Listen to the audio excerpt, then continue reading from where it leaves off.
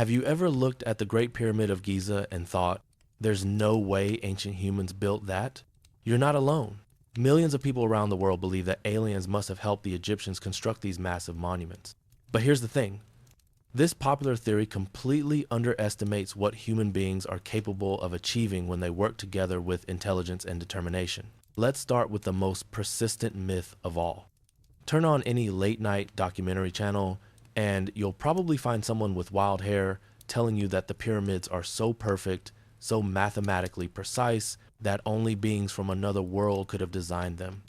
They'll show you diagrams, talk about impossible angles, and make it sound like the ancient Egyptians were just sitting around in the desert when suddenly a UFO landed and built them some tombs. It makes for great television, but it's absolutely not true. So why do people believe this stuff? Well, the pyramids are impressive. The Great Pyramid of Khufu, built around 2560 BCE, stood 481 feet tall and was made from approximately 2.3 million stone blocks, each weighing between 2.5 and 15 tons. For nearly 4,000 years, it was the tallest human-made structure on Earth. When you stand at the base and look up, it seems to touch the sky. The sides are aligned almost perfectly with true north, south, east, and west, accurate to within a fraction of a degree.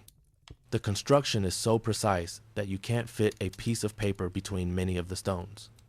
Looking at all this, it's easy to understand why some people think, no way humans did this. But here's what those alien theorists don't tell you. We have actual evidence of how the pyramids were built, and it's all very human. First, let's talk about the workers themselves. For decades, people believed that slaves built the pyramids, forced to labor under the whip of cruel pharaohs. This fed into the alien theory because people thought, well, if it was slaves, they couldn't have been skilled enough to do this, so aliens must have helped. But archaeological discoveries in the 1990 seconds completely changed our understanding.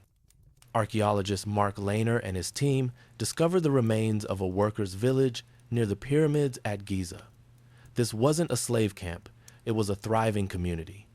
The workers lived in dormitories, ate well, they consumed massive amounts of beef, mutton, and fish, much more meat than the average Egyptian, and received medical care. We know this because we found their skeletons, and forensic analysis showed that workers who were injured on the job received sophisticated medical treatment, including surgery. One worker had his leg amputated, and he lived for years afterward. You don't give that kind of medical care to slaves you don't value. The workers were organized, skilled, and took pride in their work. We even found graffiti left by work gangs with names like Friends of Khufu and Drunkards of Menkaure. Does that sound like miserable slaves or proud citizens working on a national project? These were skilled Egyptian workers, stonemasons, engineers, architects, and laborers, probably doing rotational service for the pharaoh, similar to paying taxes through labor rather than money. Now, let's address the impossible mathematics claim. Alien theorists love to point out that the Great Pyramid's dimensions encode the mathematical constant pi and the golden ratio. The ancient Egyptians couldn't have known advanced mathematics, they say, so aliens must have designed it. But this argument falls apart when you actually look at Egyptian mathematics. The Egyptians were incredibly sophisticated mathematicians. We have papyrus scrolls like the Rhine mathematical papyrus and the Moscow mathematical papyrus that show complex calculations involving fractions, algebra, and geometry. They understood the concept of pi. They calculated it as approximately 3.16, which is pretty close to the actual value of 3.14159. Here's the real kicker. The pyramids don't actually encode pi and the golden ratio in the way conspiracy theorists claim. When you measure any large, complex structure, you can find all sorts of mathematical ratios if you look hard enough. This is called numerology, or cherry-picking data. If you measure enough distances and divide them by each other, eventually you'll get numbers close to pi, the golden ratio, or any other special number you're looking for. It's like seeing shapes in clouds. The shapes aren't intentionally there. Your brain is just finding patterns. But let's say, for argument's sake, that the Egyptians did intentionally incorporate these ratios. So what? That would prove they were brilliant mathematicians, not that they had help from space aliens. Why is it so hard for some people to believe that ancient Africans could be geniuses? This is where the alien theory reveals something uncomfortable. It's often rooted in a refusal to accept that ancient non-European civilizations could achieve greatness on their own. When we look at ancient Greek or Roman engineering, nobody says aliens helped them. But when we look at Egyptian or Mayan achievements, suddenly we need extraterrestrials to explain it. That's not science. That's bias.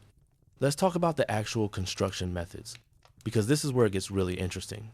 The alien theorists ask, how did they move those massive stones without modern technology? Well, we actually know the answer because the Egyptians left us instructions. In ancient Egyptian tombs and quarries, there are paintings and carvings that show exactly how they moved large stones. They used sledges, basically large wooden sleds, ropes, and wet sand. A few years ago, physicists from the University of Amsterdam proved that this method works. When you wet the sand in front of a sledge, it becomes much easier to pull heavy objects across it. The water makes the sand more solid and reduces friction by up to 50%. The Egyptians even depicted a worker pouring water in front of a sledge in tomb paintings. They were literally showing us how they did it, but for years we didn't understand what we were looking at. For lifting the blocks up the pyramid as it grew taller, there are several theories, all of which are possible with ancient technology. The most widely accepted theory is that they used a system of ramps, either a long straight ramp that grew with the pyramid, a spiral ramp that wound around the outside, or internal ramps built within the pyramid structure itself. In 2007, French architect Jean-Pierre Houdin proposed a very convincing internal ramp theory based on 3D modeling and microgravimetry scans of the Great Pyramid. His theory explains several mysteries about the pyramid's construction and doesn't require anything beyond rope, wood, copper tools, and human muscle power. Here's something else the alien theorists ignore. The pyramids weren't built overnight. The Great Pyramid probably took about 20 years to build, with a workforce of around 20,000 to 30,000 people working in 3-month shifts. When you do the math, that means they needed to place about 12 blocks per hour during a 10-hour workday, assuming they worked every day for 20 years. Is that impossible? Not at all. With thousands of workers organized into teams, each handling different tasks, quarrying, transporting, lifting, and setting stones, it's entirely achievable. It's like asking how a car factory can produce thousands of cars per year. The answer is organization, specialization, and consistent effort over time. The precision of the pyramid's alignment is also used as evidence for alien involvement. How did they align it so perfectly with true north without compasses or modern instruments? Ask the conspiracy theorists. But again, we know how they did it. The Egyptians were expert astronomers. They could use the stars to find true north with remarkable accuracy. One method involved using a tool called a merket, similar to an astrolabe, to sight on a circumpolar star, a star that appears to rotate around the north celestial pole. By tracking the star's positions at different times and bisecting the angle, they could determine true north. Another method involved using the sun's shadow and a circular wall to find the exact east-west line from which they could derive north-south. These methods are accurate to within a fraction of a degree, which matches the pyramid's alignment. No aliens required, just patience, observation, and intelligence. What about the claim that the blocks fit together so perfectly that you can't slide a knife blade between them? This is presented as impossible precision that could only be achieved with laser cutting or alien technology. But here's the truth. Yes, some blocks fit together extremely well, especially the casing stones that form the pyramid's smooth outer surface, but this isn't mysterious. It's the result of skilled stonemasons who spent their entire lives learning their craft. The Egyptians used copper tools and abrasive sand to cut and shape limestone and granite. It's time-consuming and labor-intensive, but it absolutely works. Modern stonemasons have replicated these techniques and achieved the same level of precision. The famous Egyptologist Dina Stock spent years experimenting with ancient Egyptian tools and methods, successfully cutting and shaping granite using only copper saws and abrasive sand. If one modern person can do it, imagine what thousands of skilled craftsmen working for years could achieve. There's also the matter of the quarries. Alien theorists often claim we don't know where the stones came from, suggesting they were somehow materialized or transported from impossible distances. This is completely false. We know exactly where most of the stones came from. The bulk of the limestone blocks were quarried right at the Giza Plateau. The pyramids are basically sitting on their own quarry. The finer white limestone used for the outer casing came from Tura, across the Nile, about 13 kilometers away. The granite used in the king's chamber and other internal structures came from Aswan, about 800 kilometers to the south. We found the ancient quarries, complete with partially cut blocks still in place, ancient tool marks, and even ancient quarry workers' inscriptions. But how did they transport 800 kilometers from Aswan? Asked the skeptics. By boat. The Nile River was ancient Egypt's highway. During the annual flood season, the river rose significantly, allowing boats to navigate close to the pyramid construction sites. The Egyptians were master shipbuilders and sailors. We found ancient Egyptian boats that could carry enormous weight, including the Khufu ship, a full-size vessel 43.6 meters long that was buried next to the Great Pyramid. If they could build boats that size, they could certainly transport granite blocks on barges. This wasn't alien technology, it was naval engineering. Let's address one more alien evidence claim. The idea that the pyramid's weight and dimensions encode information about the Earth, such as its mass, radius, and distance from the sun. This claim sounds impressive until you realize it's based on cherry-picked measurements using specific units of measurement that the Egyptians didn't even use. If you measure the pyramid in ancient Egyptian royal cubits, which is what the builders actually used, you don't get these supposedly meaningful numbers. But if you measure it in modern units like meters or inches, then do some creative multiplication and division, you can make it seem like the dimensions encode anything you want. This is a mathematical parlor trick, not evidence of alien knowledge. The real story of the pyramids is actually much more interesting than the alien theory. These monuments represent the culmination of centuries of architectural evolution. The Egyptians didn't just wake up one day and build the Great Pyramid. They started with simple rectangular tombs called mastabas. Then, around 2670 BCE, the architect Imhotep designed the step pyramid of Djoser, essentially a stack of mastabas of decreasing size. This was revolutionary, and Imhotep was so respected that he was later deified. Over the next century, Egyptian architects experimented with pyramid construction. The Mitam pyramid started as a step pyramid and was later filled in to create smooth sides, but it partially collapsed, probably because the angle was too steep. The bent pyramid at Dashur starts at one angle, then changes to a shallower angle halfway up, probably because they realized during construction that the original angle was unstable. These aren't the works of all-knowing aliens. They're the experiments of human engineers learning through trial and error. By the time Khufu's architects designed the Great Pyramid, the Egyptians had learned from decades of mistakes and successes.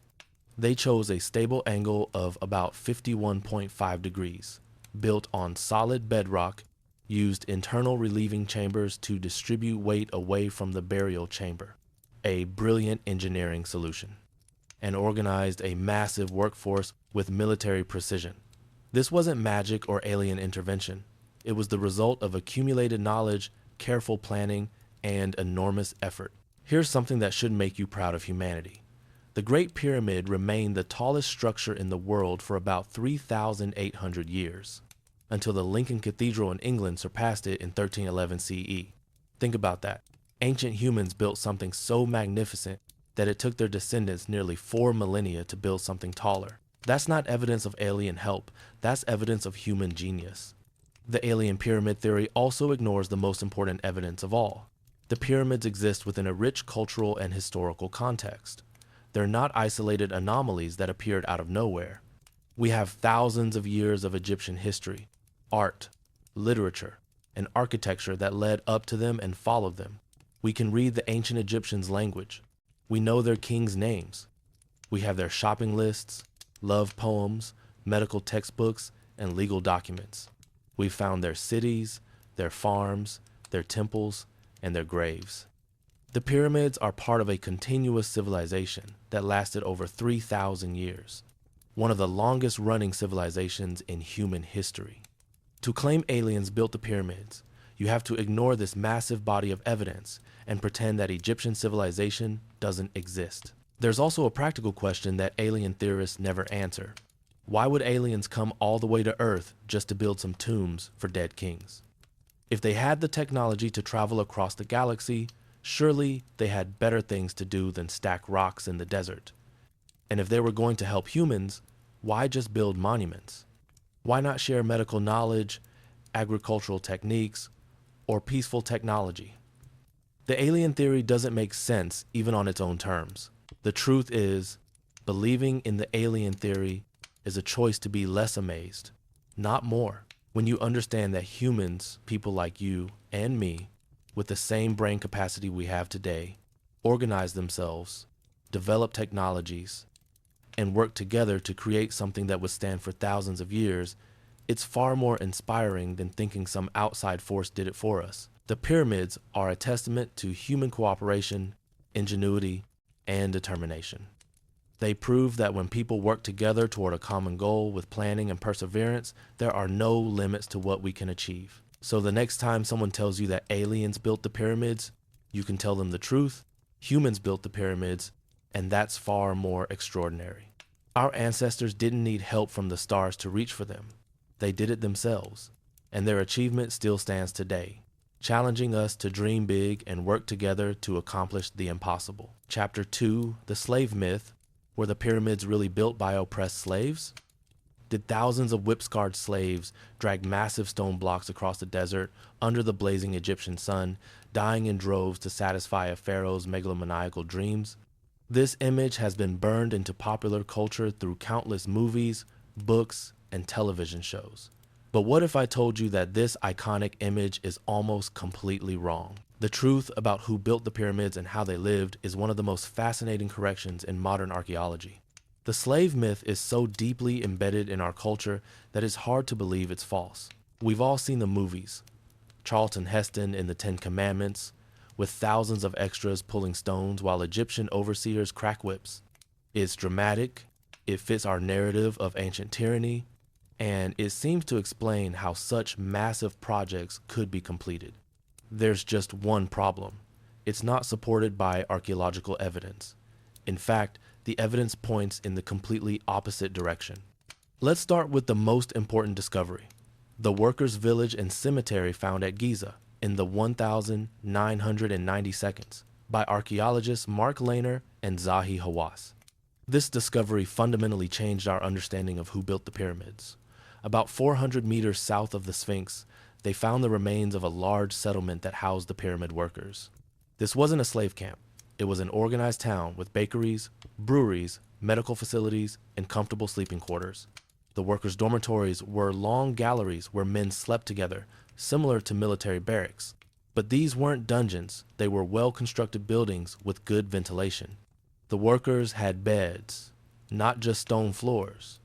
They had access to facilities and community spaces.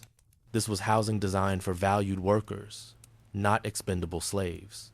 Would you build comfortable housing with medical facilities for slaves you didn't care about? Of course not. The very existence of this infrastructure tells us these workers mattered to the Egyptian state. The cemetery is even more revealing. When archaeologists examined the workers' graves, they found something incredible. These people were buried with honor. They had proper tombs, not mass graves. Some even had small pyramids of their own built over their graves, imitating the great pyramids they had worked on. Inside these tombs, they found inscriptions identifying the occupants as workers on the pyramids, along with their titles and work gang affiliations. This is crucial. Slaves don't get honorary tombs near the monuments they built. Slaves don't get buried with titles and professional identifications that they clearly took pride in. These were respected members of society. The analysis of the skeletons tells us even more. When forensic archaeologists examined the bones, they found evidence of hard physical labor, thickened bones, joint degeneration, and signs of heavy lifting. This confirms these people did real construction work. But here's what's important.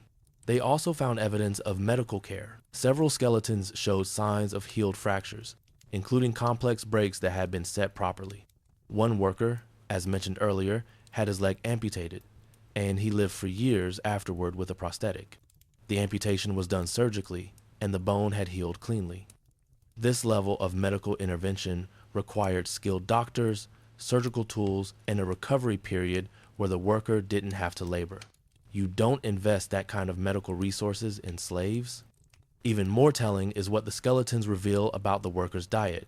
By analyzing the chemical composition of the bones and teeth, archaeologists can determine what people ate during their lives. The pyramid workers ate a protein-rich diet with lots of meat, beef, goat, and fish.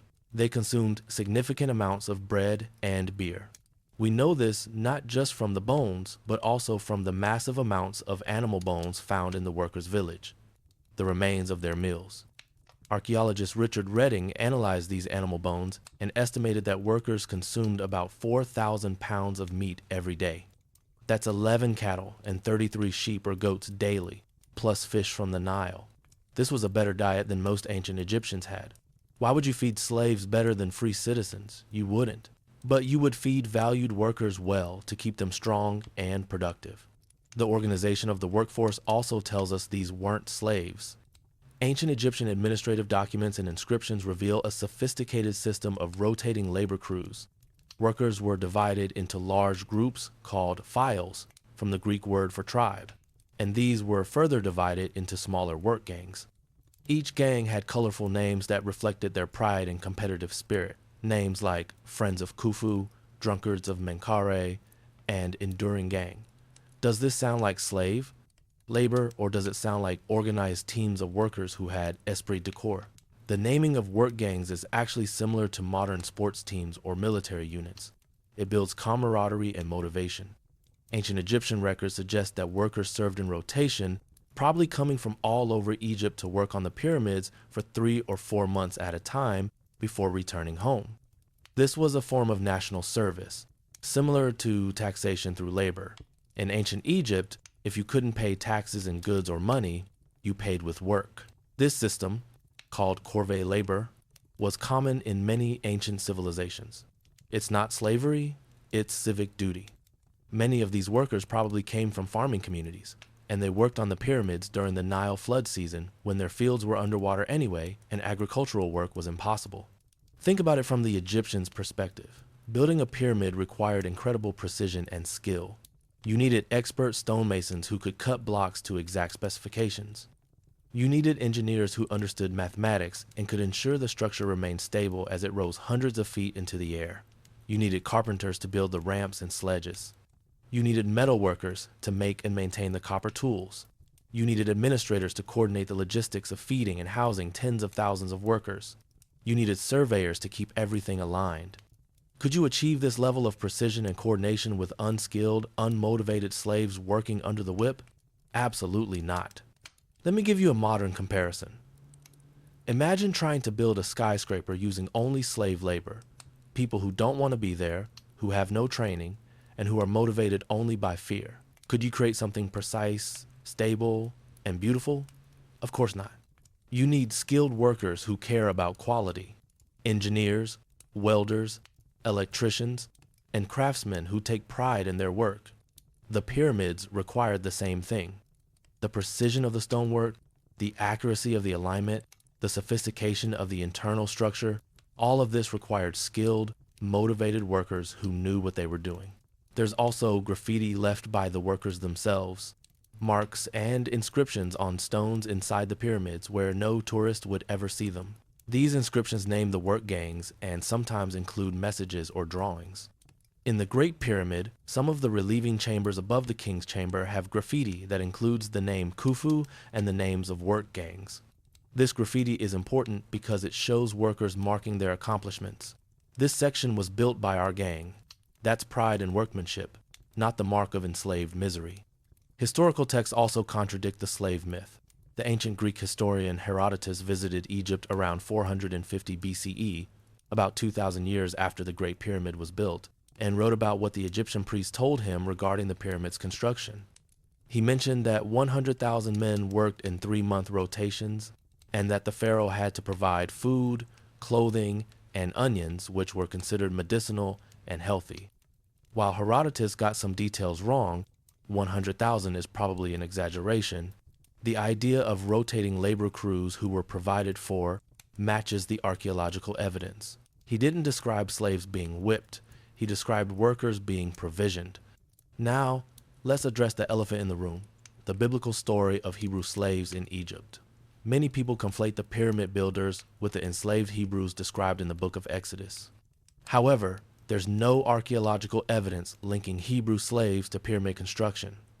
First, the pyramids were built during the Old Kingdom period, roughly 2686 to 2181 BCE. The events described in Exodus, if they happened, would have occurred much later during the New Kingdom period, around 1300 to 1200 BCE, more than 1,000 years after the pyramids were built. By the time of the Exodus story, the pyramids were already ancient monuments, as old to those people as medieval castles are to us today. Moreover, the Bible never actually says that Hebrew slaves built the pyramids. The book of Exodus mentions that the Hebrews built store cities, specifically Pithom and Ramesses, not pyramids. These were mud brick storage facilities, not stone pyramids. The association of Hebrew slaves with pyramid construction is a later cultural invention, not biblical or historical fact. It's important to separate religious tradition from archaeological evidence. You can respect the religious significance of the Exodus story while also understanding that it doesn't describe the construction of the pyramids. This doesn't mean ancient Egypt didn't have slaves. It did. Slavery existed in ancient Egypt, as it did in most ancient civilizations. Slaves were often prisoners of war, criminals, or people who sold themselves into slavery to pay debts. However, slaves were typically used for domestic service, agricultural work, or mining, not for prestigious national construction projects. Building a pyramid was an honor, a way to serve the pharaoh and the gods, and to ensure the cosmic order of Egypt. This work was reserved for Egyptian citizens, not slaves. The logistics of pyramid construction also argue against slave labor. Coordinating 20,000 to 30,000 workers requires organization, communication, and cooperation. You need workers who understand instructions, who can work in teams, and who take initiative when problems arise. Slave labor, motivated only by fear and coercion, doesn't produce that kind of cooperation. You get passive resistance, deliberate slowness, and sabotage. The pyramid's precision and quality suggest a motivated workforce that cared about doing good work. Consider the specialized skills required. Master stonemasons didn't become skilled through force. They learned through apprenticeships, practicing their craft for years. The surveyors who kept the pyramid aligned needed to understand geometry and astronomy. The engineers who designed the internal chambers and passages needed sophisticated mathematical knowledge. These were educated, skilled professionals, not slaves. You can't whip someone into becoming a master craftsman. There's also the matter of motivation beyond just avoiding punishment. Why did these workers do this incredibly hard work? Several factors probably motivated them. First, religious belief. The pyramid was the pharaoh's gateway to the afterlife, and by building it, workers were participating in a sacred act that maintained cosmic order, Ma'at. Second, national pride. The pyramid was a symbol of Egypt's power and prosperity, and working on it was serving your nation. Third, practical benefits. Workers received food, shelter, medical care, and probably some form of payment or credit toward their tax obligations. Fourth, social prestige. Being part of a pyramid construction crew was an honor, something you could be proud of and that your family could boast about. We also need to understand the Egyptian worldview. The pharaoh wasn't just a political leader. He was considered a living god, the earthly embodiment of Horus and the son of Ra. When the pharaoh died, he joined the gods in the afterlife, and his successful transition was important for all of Egypt. If the king's spirit was properly cared for in death, he could intercede with the gods on behalf of Egypt, ensuring the Nile would flood, crops would grow, and chaos would be kept at bay. Building the pharaoh's pyramid wasn't just construction work, it was a religious duty that protected all of Egypt. This worldview is hard for modern secular minds to grasp, but for ancient Egyptians, it was reality. Working on the pyramid was like working on the most important project imaginable, something that transcended individual lives and connected you to the divine. Archaeological evidence from other pyramid sites supports the same conclusion. At the pyramid complex of Menkaure, archaeologists found similar workers' villages and evidence of well-fed, well-cared-for laborers. At the Middle Kingdom pyramid sites, they found the same pattern. Everywhere we look, the evidence points to organized, paid labor, not slavery. The shift in historical understanding about who built the pyramids is a great example of how archaeology can correct false narratives. For centuries, people assumed slaves built the pyramids because that fit their assumptions about ancient tyranny and because it was depicted in religious and cultural stories. But when archaeologists actually excavated the worker sites and analyzed the evidence scientifically, the truth emerged. The pyramids were built by ordinary Egyptians who worked hard, ate well, received medical care when injured, and were honored in death. This revised understanding makes the pyramids even more impressive, not less. These monuments represent what humans can achieve through organization, skill, and collective effort. They're not symbols of oppression, they're symbols of civilization, of people coming together to create something that would outlast them by millennia. Every stone in the pyramid represents not just the labor of placing it, but the coordination of quarrying, transporting, shaping, and setting it in exactly the right place. That coordination required communication, planning, and cooperation, things that are nearly impossible to achieve with an enslaved, unwilling workforce. So when you look at the pyramids, don't see monuments to cruelty and oppression. See them as monuments to human capability. To the farmers who left their fields during the flood season to serve their nation, to the stonemasons who honed their craft to perfection, to the engineers who solved seemingly impossible problems, to the bakers who made bread to feed thousands, to the doctors who set broken bones, and to the administrators who made it all work. These were your ancestors, humans like you, and they were capable of extraordinary things. The slave myth diminishes their achievement. It suggests that the pyramids could only be built through cruelty and that ancient people needed to be forced to accomplish great things. The truth is the opposite. The pyramids were built through cooperation, skill, and shared purpose. That's a lesson worth remembering in our own time. The greatest human achievements don't come from forcing people to work against their will. They come from people working together toward a common goal they believe in. That's what built the pyramids. And that's what continues to drive human progress today. Chapter 3, The Treasure Tomb Myth. Were the pyramids filled with gold and riches? When you picture the inside of a pyramid, what do you see? If you're like most people, you probably imagine chambers filled with gleaming gold, precious jewels scattered across the floor, ornate furniture, golden statues, and treasure beyond imagination. Basically the scene from Indiana Jones or The Mummy. But here's a reality check. By the time archaeologists got inside the pyramids, they were almost completely empty. Does that mean grave robbers got there first? Or is there something else going on? The truth about what was actually inside the pyramids might surprise you. Let's start with the big reveal. When modern archaeologists first entered the Great Pyramid's burial chamber, they found it empty except for one thing: a broken granite sarcophagus with its lid missing. No mummy, no gold, no treasure, no furniture, nothing. Just empty stone chambers and a broken coffin. This pattern repeated at almost every pyramid. The Pyramid of Khafre, empty. The Pyramid of Menkaure, empty except for a basalt sarcophagus that was lost at sea when the ship transporting it to England sank in 1838. Pyramid after pyramid, the same story, empty rooms and bare walls. So where's all the treasure? Were the pyramids looted in ancient times? The answer is yes and no, and it's more complicated than you might think. First, we need to understand what was probably in the pyramids originally. The pyramids were designed as tombs for pharaohs, and ancient Egyptian burial customs dictated that the deceased should be buried with items they would need in the afterlife. For a pharaoh, this would include furniture, clothing, jewelry, weapons, ritual objects, and items of daily use. Based on what we've found in other royal tombs, a pyramid burial probably included a gilded wooden shrine around the sarcophagus, golden jewelry on the mummy, ceremonial weapons, furniture like beds and chairs, storage chests filled with clothing and linens, and precious objects made of gold, silver, and semi-precious stones.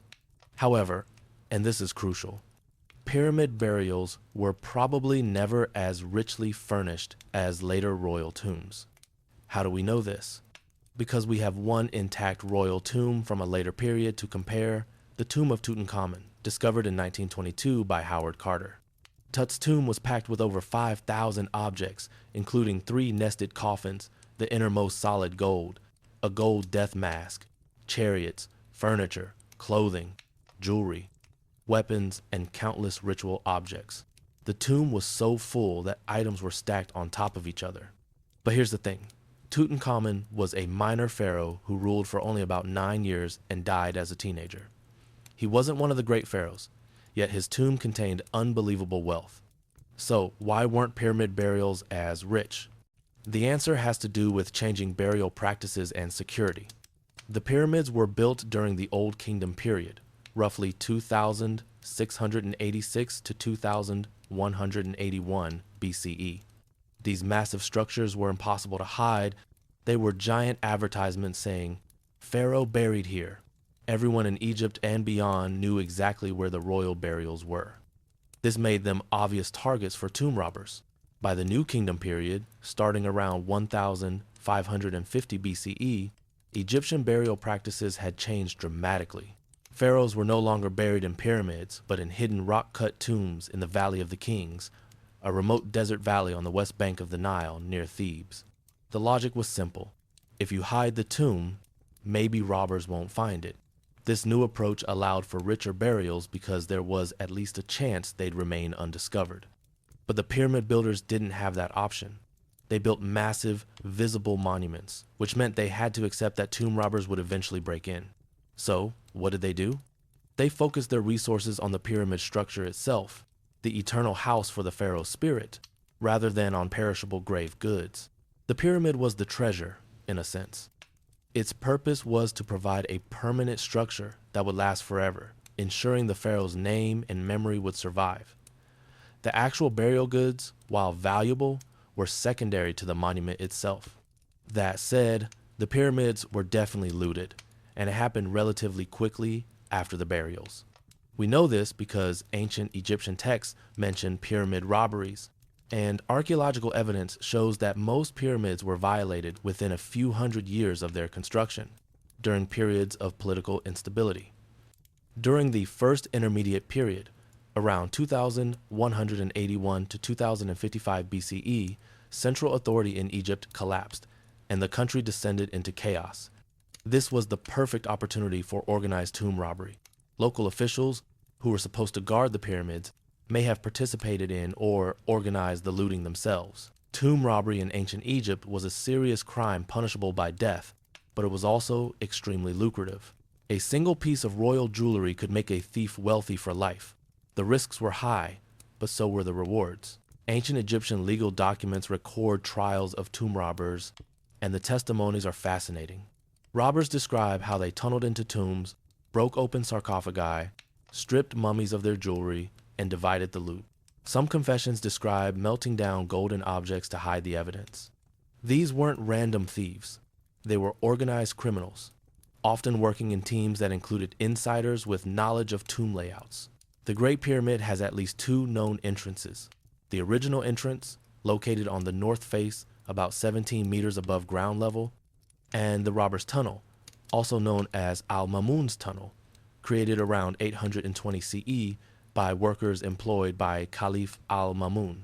According to legend, Al-Mamun's men were searching for treasure and hidden knowledge. They tunneled through the solid limestone for about 27 meters before accidentally breaking into the descending passage. Following the passages, they eventually reached the Grand Gallery and the King's Chamber, where they found only the empty, broken sarcophagus. Some historians believe the pyramid had already been robbed in antiquity, possibly during the First Intermediate Period, more than 1,000 years before Al-Mamun's expedition. Here's where it gets interesting. If the pyramid was already empty when Al-Mamun's men entered it, who robbed it the first time, and how did they get in? This is one of the enduring mysteries of Egyptology. The original entrance was sealed with large blocks after the burial, and the ascending passage to the king's chamber was blocked with massive granite plugs, 3 huge blocks that completely filled the passage. These plugs are still in place today. So how did ancient robbers get past them? The most likely answer is that they dug around them, creating a bypass tunnel through the softer limestone. The robbers' route would have been difficult and dangerous, but for the promise of royal treasure, it was worth it. Some researchers have suggested that the pyramid might have been robbed from the inside, that workers or priests who knew the internal layout could have removed treasures before the final sealing. There are theories about hidden passages and secret chambers that robbers could have used. However, there's no solid evidence for this. What we do know is that by the time anyone wrote about the Great Pyramid's interior in historical records, it was already empty. But let's talk about what archaeologists have actually found in pyramids. Because it's not all nothing. While the main burial chambers were looted, archaeologists have discovered some artifacts in and around pyramids. In the boat pits around the Great Pyramid, they found the Khufu ship, a full-size, beautifully preserved cedarwood boat that had been disassembled and buried in a sealed pit. This boat is 43.6 meters long and is one of the oldest and best preserved boats from antiquity. It wasn't treasure in the traditional sense, but it's incredibly valuable archaeologically. The boat was probably meant to carry the pharaoh's spirit across the heavens, following the sun god Ra. In the pyramid of Menkaure, archaeologists found some statues in the valley temple associated with the pyramid, beautiful triads showing the pharaoh with the goddess Hathor and various gnome deities. These weren't in the burial chamber, but they were part of the pyramid complex. In various pyramids, researchers have found fragments of burial equipment, pieces of canopic jars which held the mummified organs, bits of coffins, fragments of jewelry, and other small items that robbers overlooked or dropped. These fragments tell us that the burials did include valuable items, even if we can't see the full assemblage anymore. One of the most significant finds was in the satellite pyramid of Hetepheres, the mother of Khufu.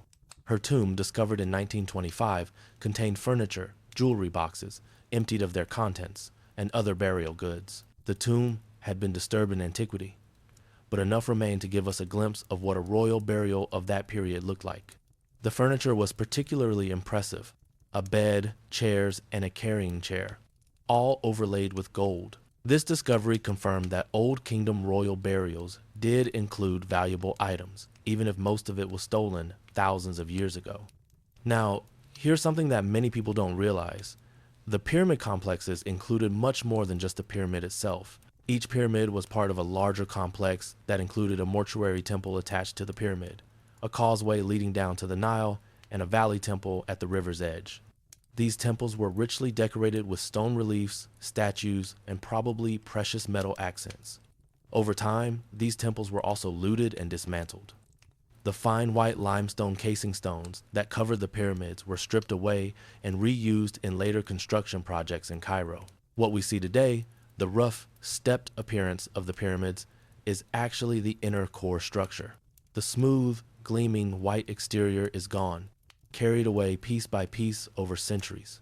So when we talk about pyramid treasure, we have to understand that the real treasure was the monument itself and the complex around it. The stone structure, the architectural achievement, the artistic decoration on the temples, that was the lasting treasure. The portable wealth, the gold, jewelry, and furniture was always vulnerable to theft, and the Egyptians probably knew this.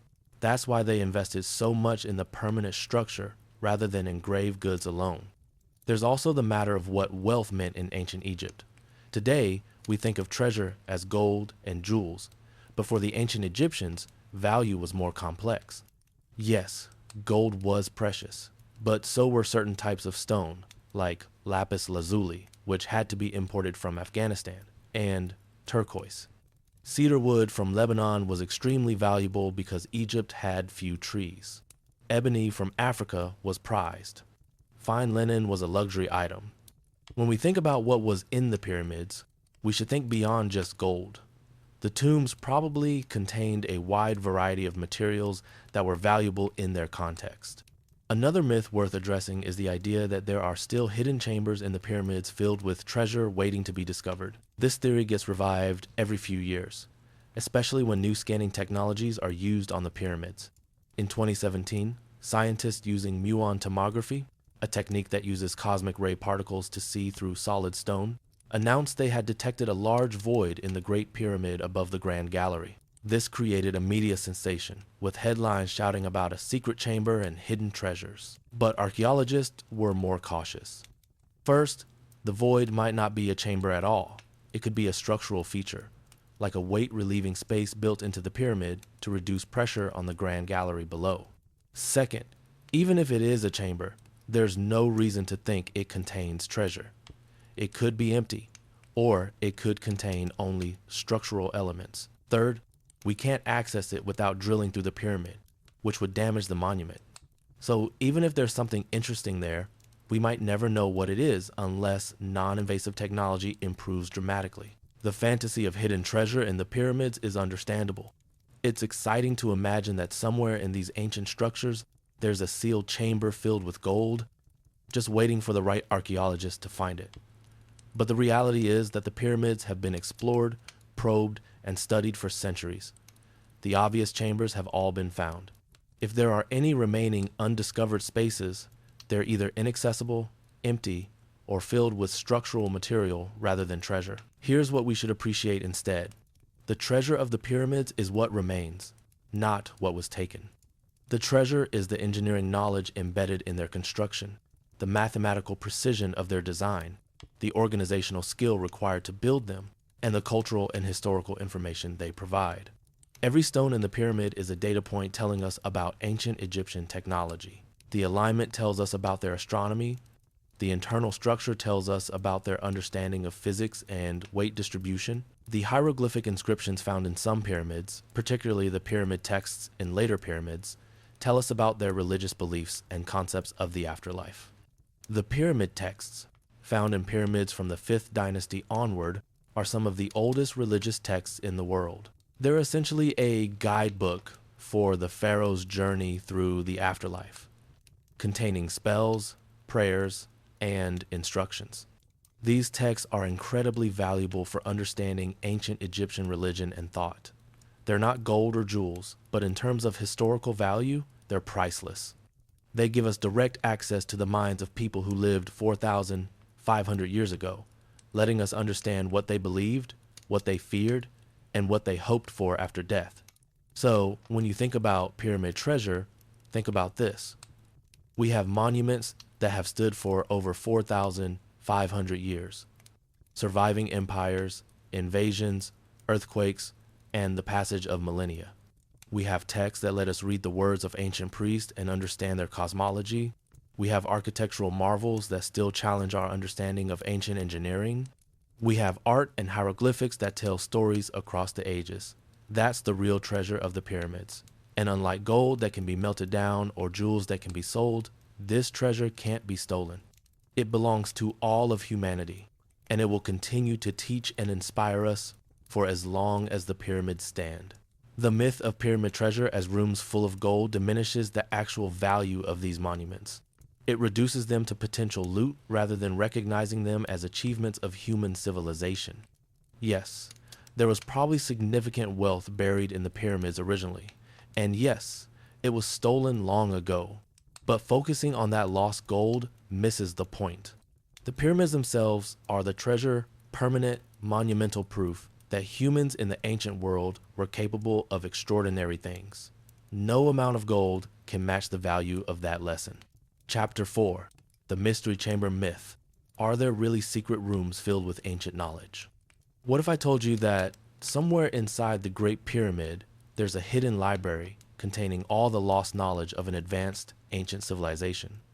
The secrets of the universe, maps of the stars, advanced mathematics, and maybe even the meaning of life? Sounds incredible, right? This idea has captivated treasure hunters, mystics, and conspiracy theorists for centuries. But is there any truth to it? Or is it just wishful thinking? Let's explore what we actually know about the chambers inside the pyramids and separate fact from fantasy. The legend of hidden chambers containing secret knowledge is old, really old. It goes back at least to the Middle Ages and probably earlier. Arab historians wrote about hidden rooms in the pyramids containing wisdom from before the biblical flood. European mystics in the Renaissance believed the pyramids held hermetic knowledge, secret wisdom that could unlock the mysteries of the universe. In the modern era, this legend has been turbocharged by New Age beliefs, science fiction, and sensationalist documentaries. The most common version of this myth goes something like this. The ancient Egyptians, or Atlanteans, or aliens, depending on who's telling the story, possessed advanced knowledge far beyond what we give them credit for. Before their civilization fell, they encoded this knowledge in hidden chambers within the Great Pyramid, sealing it away for future generations to discover when humanity was ready. These chambers supposedly contain scrolls, artifacts, or inscriptions that will revolutionize our understanding of history, science, and spirituality. It's a compelling story, but let's look at the evidence. First, what do we actually know about the chambers inside the Great Pyramid? The pyramid has several known internal spaces. The descending passage, which goes down from the original entrance into the subterranean chamber, an unfinished room cut into the bedrock beneath the pyramid. The ascending passage, which climbs upward from the descending passage. The grand gallery, a spectacular corbelled passage that continues the ascent at a dramatic height. The Queen's Chamber, a misleading name. It was never intended for a queen.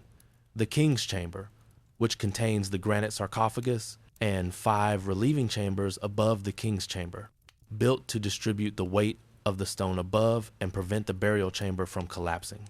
These are the known spaces, and they've been explored and studied extensively. The King's Chamber and the relieving chambers above it have hieroglyphic quarry marks, inscriptions made by the work gangs who built the pyramid. These marks include the name Khufu and the names of work crews, confirming that Khufu built the pyramid and giving us rare glimpses of the workers' organizational structure. These inscriptions are significant because they're in places that were never meant to be seen. They were sealed inside the structure during construction. This makes them extremely reliable evidence, as there would be no reason to fake inscriptions that nobody would ever see. Now, over the years, various researchers have claimed to have found evidence of additional hidden chambers using different technologies. Ground-penetrating radar, electromagnetic surveys, microgravimetry, and muon tomography have all been used to see inside the pyramid without drilling or damaging it. Some of these surveys have detected anomalies, spaces where the density of the stone is different from what's expected. The most famous recent discovery was the void detected in 2017 using muon tomography, located above the Grand Gallery. But here's the crucial point. Detecting an anomaly or a void is not the same as finding a chamber filled with treasure or knowledge. Voids can exist for structural reasons.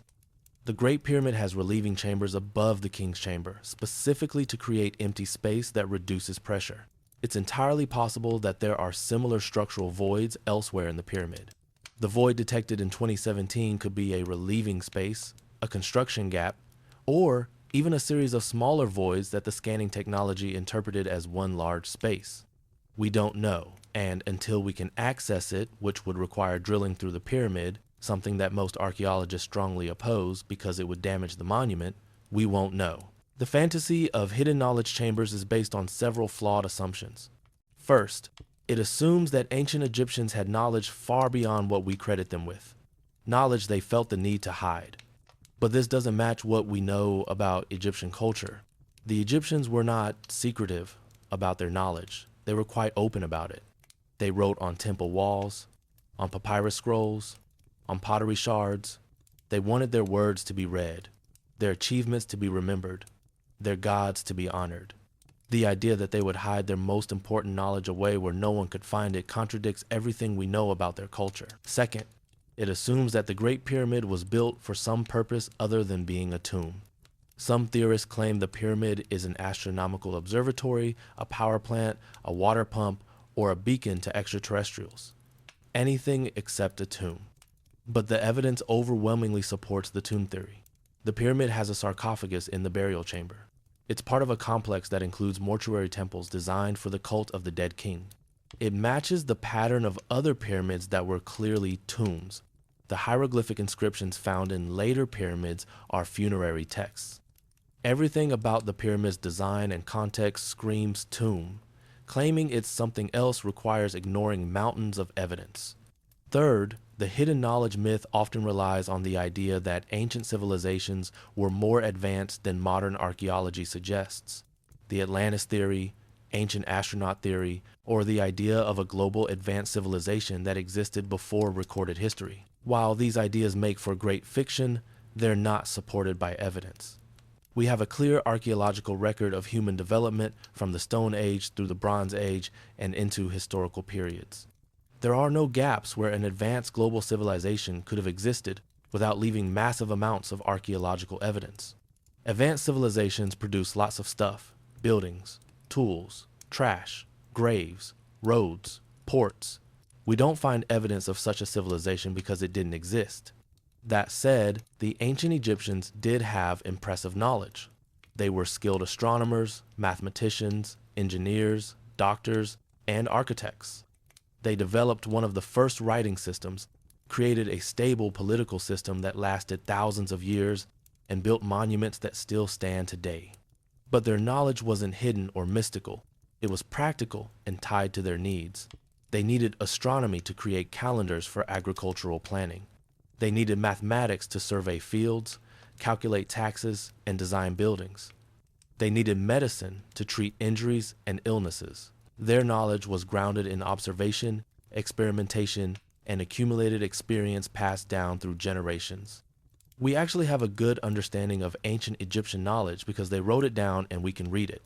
The Edwin Smith Papyrus, dating to around 1600 BCE, but probably copied from earlier texts, is a medical textbook describing surgical procedures, diagnoses, and treatments for various injuries. It's remarkably rational and scientific, with no magic or mysticism, just practical medical knowledge. The Rhine Mathematical Papyrus contains mathematical problems and solutions showing us exactly how Egyptian mathematicians worked. We have astronomical texts, agricultural calendars, engineering documents, religious texts, and literature. The knowledge is there, recorded and available for us to study. There's no secret library hidden in the pyramid because the Egyptians didn't hide their knowledge. They shared it, wrote it down, and passed it on. So why does the myth of hidden chambers and secret knowledge persist? Several reasons. First, it's exciting. The idea that there's a hidden room that could revolutionize human knowledge is thrilling. It appeals to our sense of mystery and discovery. Second, it gives people a sense that there's more to discover, that the conventional story isn't complete, that experts might be wrong. In an age where many people distrust institutions and experts, alternative theories are appealing. Third, it taps into spiritual and philosophical desires for meaning and transcendence. The idea that ancient wisdom could solve modern problems is comforting, but the reality is more interesting than the myth. The real hidden knowledge in the pyramids isn't in a secret chamber, it's in the structure itself. Every aspect of the pyramid's design and construction contains information about ancient Egyptian technology, organization, and priorities. When archaeologists study the pyramid, they're not looking for a magical library. They're reading the pyramid itself as a text that tells us about the people who built it. The choice of materials tells us about trade networks and resource availability. The construction techniques tell us about technological capabilities and problem-solving methods. The alignment and proportions tell us about astronomical knowledge and mathematical understanding. The labor organization tells us about social structure and governance. Modern technology has allowed us to read the pyramids in new ways. Laser scanning creates precise 3D models that reveal details invisible to the naked eye. Chemical analysis of the stone tells us where it came from. Analysis of tool marks tells us what tools were used and how. Ground-penetrating radar and other imaging technologies let us see inside the structure without damaging it. But these technologies aren't revealing hidden chambers filled with scrolls. They're revealing the building process, structural features, and architectural details. There's also the matter of practicality. Let's say, hypothetically, that the ancient Egyptians wanted to preserve important knowledge for the future. Would hiding it inside a pyramid be a good method? Think about it. The pyramid is a massive, sealed structure. Once it's finished and sealed, how would future generations access the hidden knowledge? They'd have to tunnel through solid stone, potentially damaging or destroying the very thing they're trying to protect. It's a terrible storage method. A much better approach would be to write the knowledge on durable materials and store it in temples or libraries, which is exactly what the Egyptians did. The Library of Alexandria, founded in the 3rd century BCE, was one of the largest and most significant libraries of the ancient world, containing hundreds of thousands of scrolls. That's how you preserve knowledge. You write it down, copy it multiple times, and store it in accessible places where scholars can study and learn from it. The myth of hidden chambers also ignores the fact that the pyramids have been explored for over 1,000 years by people desperately looking for exactly those kinds of hidden spaces. Arab scholars explored the pyramids in the Middle Ages. European adventurers and archaeologists explored them in the 18th, 19th, and 20th centuries. Modern scientists have scanned them with every technology available. If there were obvious hidden chambers containing treasure or knowledge, someone would have found them by now. The fact that we haven't doesn't prove they don't exist, but it certainly suggests they don't. What we have found in pyramids is valuable, just not in the way treasure hunters hoped. The pyramid texts, inscribed on the walls of pyramids starting in the late 5th dynasty, around 2400 BCE, are the oldest large body of religious texts known to humanity. They contain over 700 spells, prayers, and instructions meant to help the deceased pharaoh navigate the afterlife. These texts give us incredible insights into ancient Egyptian beliefs about death, the soul, the gods, and the cosmos. They're not hidden, they're written on the walls for anyone to see, if you can read Middle Egyptian hieroglyphics. This is real ancient knowledge, preserved for over 4,000 years, and it's available to anyone who wants to study it. No secret chamber required. Some people point to the mystery of the pyramid's original purpose, the fact that we don't fully understand every aspect of the design, as evidence that there must be hidden secrets. But mystery doesn't equal conspiracy. Just because we don't fully understand something doesn't mean it must have a hidden, mystical explanation. The Grand Gallery, for example, is an impressive architectural feature, a corbelled passage that climbs at a steep angle with a ceiling that rises nearly 9 meters high. Why did the builders make it so grand? We're not entirely sure. It might have been functional, providing space to store the granite plugs that would seal the passage after the burial. It might have been symbolic, representing the pharaoh's ascent to the heavens. It might have been both. Not knowing the exact reason doesn't mean we should jump to the conclusion that it's a secret observatory or a resonance chamber for mystical energy. Sometimes the answer is simply that we don't have enough information yet. Here's an important principle in archaeology and history. Absence of evidence is not evidence of absence, but it's also not evidence of anything in particular. Just because we haven't definitively proven that there are no hidden chambers doesn't mean we should assume there are hidden chambers, especially when we have no positive evidence for them. The burden of proof is on those claiming secret chambers exist, not on archaeologists to prove they don't. The pyramids hold plenty of real mysteries that don't require hidden chambers or alien knowledge. How exactly did the workers lift the massive granite beams that form the ceiling of the king's chamber? Beams that weigh 50 to 80 tons each, more than 45 meters above ground level. We have theories, but we're not completely certain. What was the exact function of the so-called air shafts in the king's and queen's chambers, narrow passages that angle up through the pyramid? Were they for ventilation, astronomical observation, or symbolic passages for the soul? How did the builders achieve such remarkable precision in alignment and measurement without modern instruments? These are real questions that archaeologists and engineers are working to answer through research, experimentation, and analysis. The beauty of these real mysteries is that they're solvable through science and scholarship. We don't need to invoke secret knowledge or lost civilizations. We just need careful study, creative thinking, and sometimes a bit of luck. When researchers built experimental ramps and sledges to test how the Egyptians might have moved stones, they weren't uncovering hidden knowledge. They were rediscovering practical engineering techniques through hands-on experimentation. When astronomers calculated the alignment of the pyramid shafts and discovered they pointed toward specific stars that were important in Egyptian cosmology, they weren't finding secret messages. They were understanding the builders' intentions through scientific analysis. So what should we make of the periodic announcements of new discoveries in the pyramids? It's important to be both open-minded and skeptical. When scientists using muon tomography announced a void in the Great Pyramid, that was a legitimate scientific finding based on real data. The problem is how it was reported and interpreted. Headlines screamed about a secret chamber, but the scientists were more careful, calling it an anomaly and noting that its nature and contents were unknown.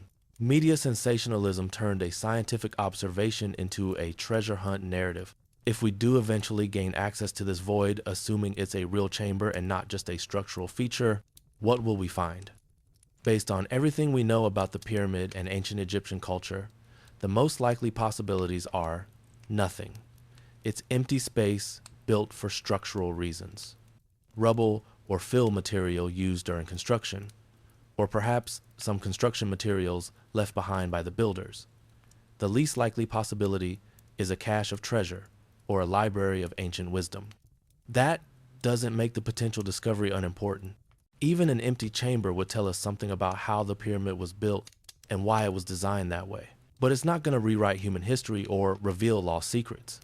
The real secret of the pyramids is that there is no secret, just impressive engineering, organized labor, religious devotion, and human determination. The knowledge embedded in the pyramids isn't hidden in a sealed chamber waiting to be discovered. It's right there in the open, written in stone, visible to anyone who takes the time to study and understand it. The pyramid teaches us about ancient Egyptian astronomy, mathematics, engineering, social organization, religious beliefs, and technological capabilities. That knowledge has been accumulating for centuries as scholars study the monuments, and it will continue to grow as new technologies and approaches allow us to analyze these structures in new ways. Instead of searching for imaginary secret chambers, we should appreciate the real treasure, the visible, measurable, and understandable achievement of the pyramid itself. It's a monument to human capability, a testament to what people can accomplish when they work together with planning and purpose. That's not a secret, it's a lesson, and it's been sitting in plain sight for over 4,500 years, waiting for us to pay attention. Chapter 5. The Overnight Construction Myth. Did the pyramids really take just a few years to build? Have you ever heard someone say, the pyramids must have been built by aliens because there's no way humans could have built them so quickly? Or maybe you've heard the opposite, that the pyramids took centuries to build and required multiple generations of workers?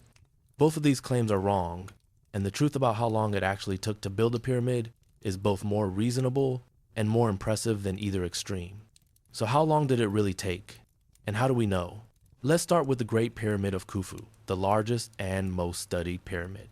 The ancient Greek historian Herodotus, writing around 450 BCE, about 2,000 years after the pyramid was built, reported that Egyptian priests told him it took 20 years to build the Great Pyramid, with 100,000 men working in 3-month shifts.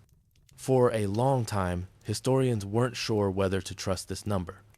After all, Herodotus got many details about Egypt wrong, and he was writing long after the fact based on secondhand information. But as modern archaeology has advanced, guess what? The 20-year timeline actually matches the evidence pretty well. Here's how we can check this. Archaeologists have carefully studied the pyramid and estimated that it contains approximately 3 million stone blocks with an average weight of about 2.5 tons, though some blocks, particularly the granite beams in the king's chamber, weigh much more, up to 80 tons. If the pyramid took 20 years to build and workers labored year-round, though in reality they probably worked primarily during the Nile flood season when agricultural work was impossible, that means they had about 7,300 days to place 2.3 million blocks. Divide it out, and you get approximately 315 blocks per day, or about 12 to 13 blocks per hour during a 10-hour workday. Does that sound impossible? It might at first, but remember, this isn't one person placing 12 blocks per hour. This is a workforce of thousands, divided into specialized teams. Some teams were quarrying stones, others were transporting them, others were shaping them, and others were setting them in place. With multiple teams working simultaneously on different parts of the pyramid, placing 12 blocks per hour across the entire structure is entirely achievable. It's like a factory assembly line.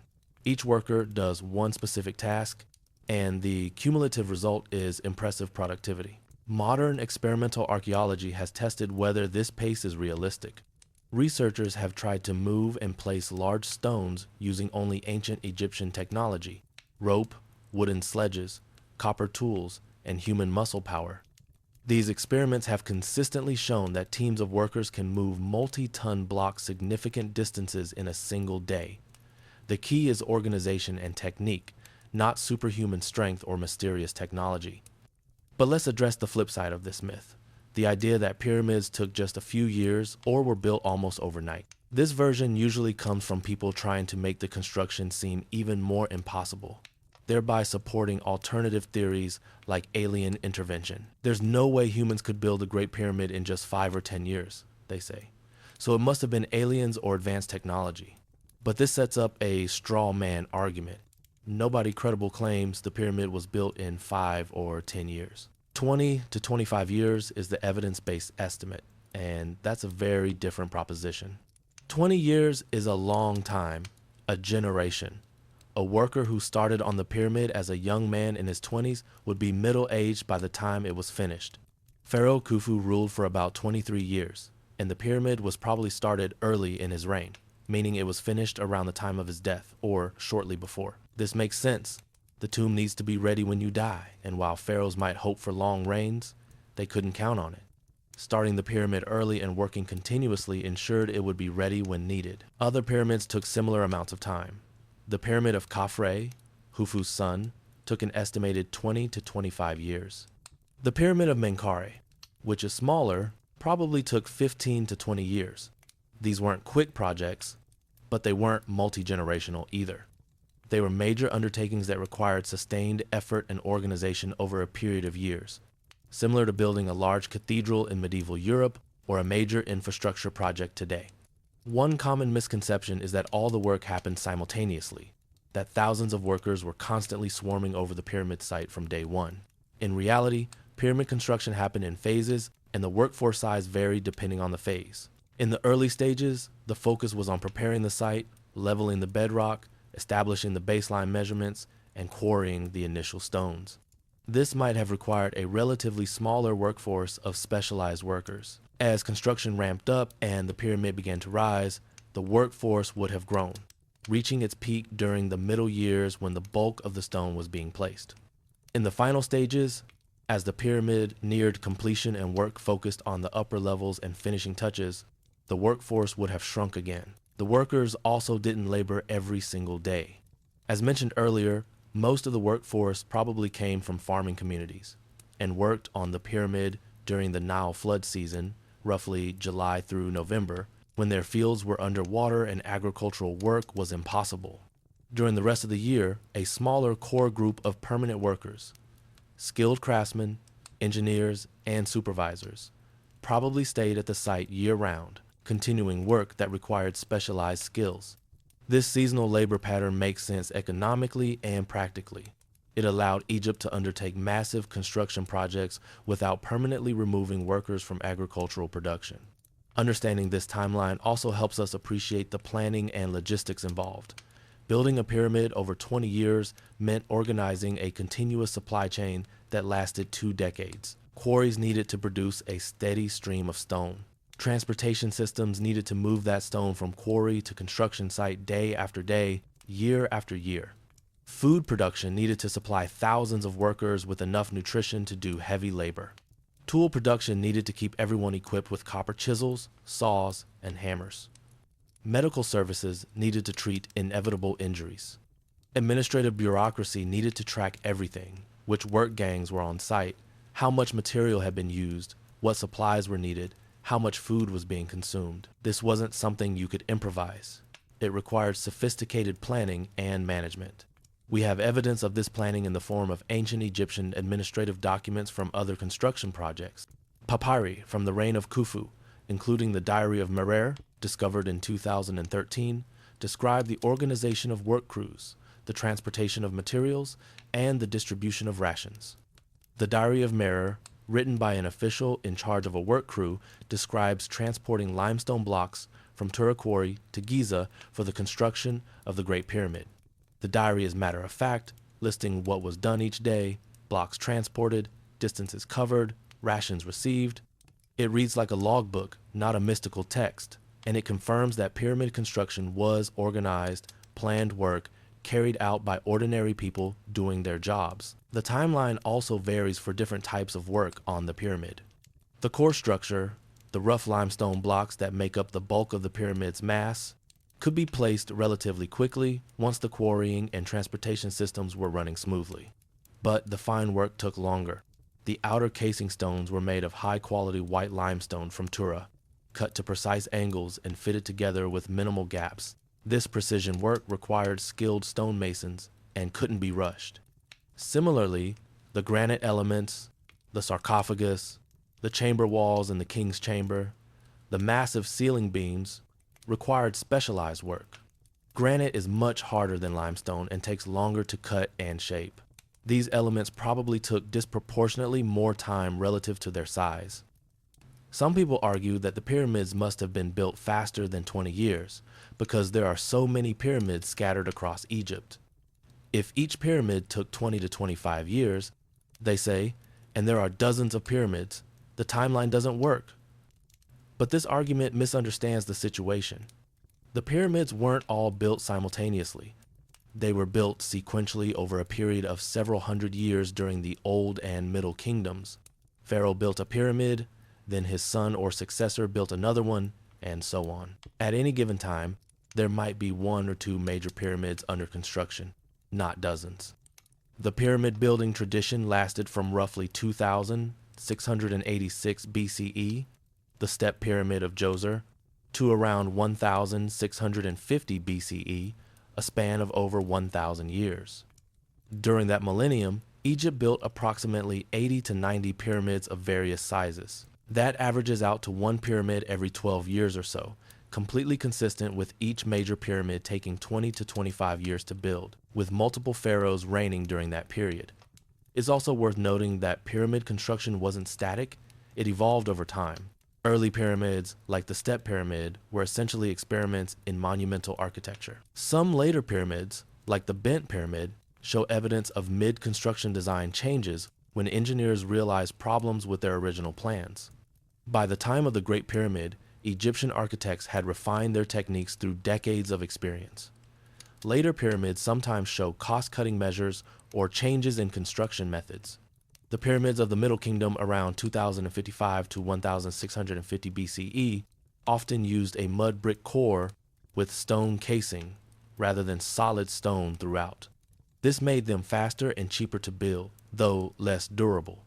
Many Middle Kingdom pyramids have collapsed or eroded significantly, while the Old Kingdom pyramids remain largely intact. The misconception about construction time often ties into larger misconceptions about ancient people's capabilities. There's a tendency to underestimate what sustained, organized human effort can accomplish over time. 20 years seems like a long time to us as individuals, but for large-scale projects, it's reasonable. The Hoover Dam took 5 years to build, employing over 21,000 workers. The Panama Canal took 10 years. The Great Wall of China was built over centuries. Major infrastructure projects take time, and the pyramid was ancient Egypt's greatest infrastructure project. What's truly impressive about the 20-year timeline isn't that it's impossibly short. It's that the Egyptians sustained such a massive effort for that long without modern project management tools, computers, or motorized equipment. Imagine coordinating 20,000 to 30,000 workers for 2 decades without phones, email, or even paper. Papyrus was expensive and used primarily for important documents. Imagine managing the logistics of feeding that workforce, housing them, providing medical care, and keeping them supplied with tools, all while maintaining quality control on millions of stone blocks. That's the real achievement. Not that they did it quickly, but that they did it at all, and did it so well that the result has lasted for over 4,500 years. There's a final aspect of the timeline that often gets overlooked. The pyramid wasn't built in isolation. While the pyramid itself took 20 years, the entire complex took longer. The mortuary temple, causeway, valley temple, and associated structures were built before, during, and after the main pyramid construction. Some of these elements might have been completed after the pharaoh's death by his successor. So when we say the Great Pyramid took 20 years to build, we're talking specifically about the main pyramid structure. The complete complex represented an even larger investment of time and resources. The bottom line is this: the pyramids weren't thrown up overnight by magic or alien technology, nor did they take unrealistic centuries to complete. They took about 20 to 25 years of sustained, organized effort by thousands of skilled workers. That timeline is supported by ancient historical accounts, archaeological evidence, logistical analysis, and experimental archaeology. It's a timeline that's both impressive and achievable. Impressive because of the scale and quality of the work accomplished, and achievable because it reflects realistic human capabilities when properly organized and motivated. Understanding the true timeline makes the pyramids more remarkable, not less. These weren't miracles. They were achievements of planning, organization, engineering, and hard work sustained over a generation. They prove that humans, working together with intelligence and determination, can accomplish extraordinary things given enough time and commitment. That's a lesson that remains relevant today. The greatest achievements don't usually happen overnight. They happen through sustained effort, careful planning, and the coordinated work of many people over time. The pyramids stand as testament to that truth, and they've been teaching that lesson for over 4,000 years to anyone willing to listen. Chapter 6, The Perfect Alignment Myth. Were the pyramids aligned by advanced technology or aliens? Have you ever stood with the compass at the Great Pyramid and noticed that its sides align almost perfectly with true north, south, east, and west? The precision is remarkable, accurate to within a fraction of a degree. Conspiracy theorists love to point to this as proof that the ancient Egyptians couldn't possibly have achieved such accuracy on their own. They must have had help from aliens, they say, or access to advanced technology that's been lost. But here's the truth. The Egyptians aligned the pyramids using nothing more than the sun, the stars, and brilliant observational astronomy. No aliens required. So how did they do it? Let's break down the methods they probably used and why they're not mysterious at all. First, let's establish just how accurate the Great Pyramid's alignment really is. The four sides of the pyramid are oriented almost exactly to the cardinal directions: north, south, east, and west. The accuracy is impressive. The north side is off true north by only about 3.4 arc minutes. That's about 0.067 degrees. To put that in perspective, that's an error of about 1.5 meters over the 230 meter length of the pyramid's base. That's remarkably precise for any era, let alone 4,500 years ago. But, and this is important, it's not impossibly precise. It's exactly the level of accuracy you'd expect from careful observation using simple tools and good understanding of astronomy. So how did they do it without compasses, GPS, or laser levels? The Egyptians had several methods available to them, all based on astronomical observation.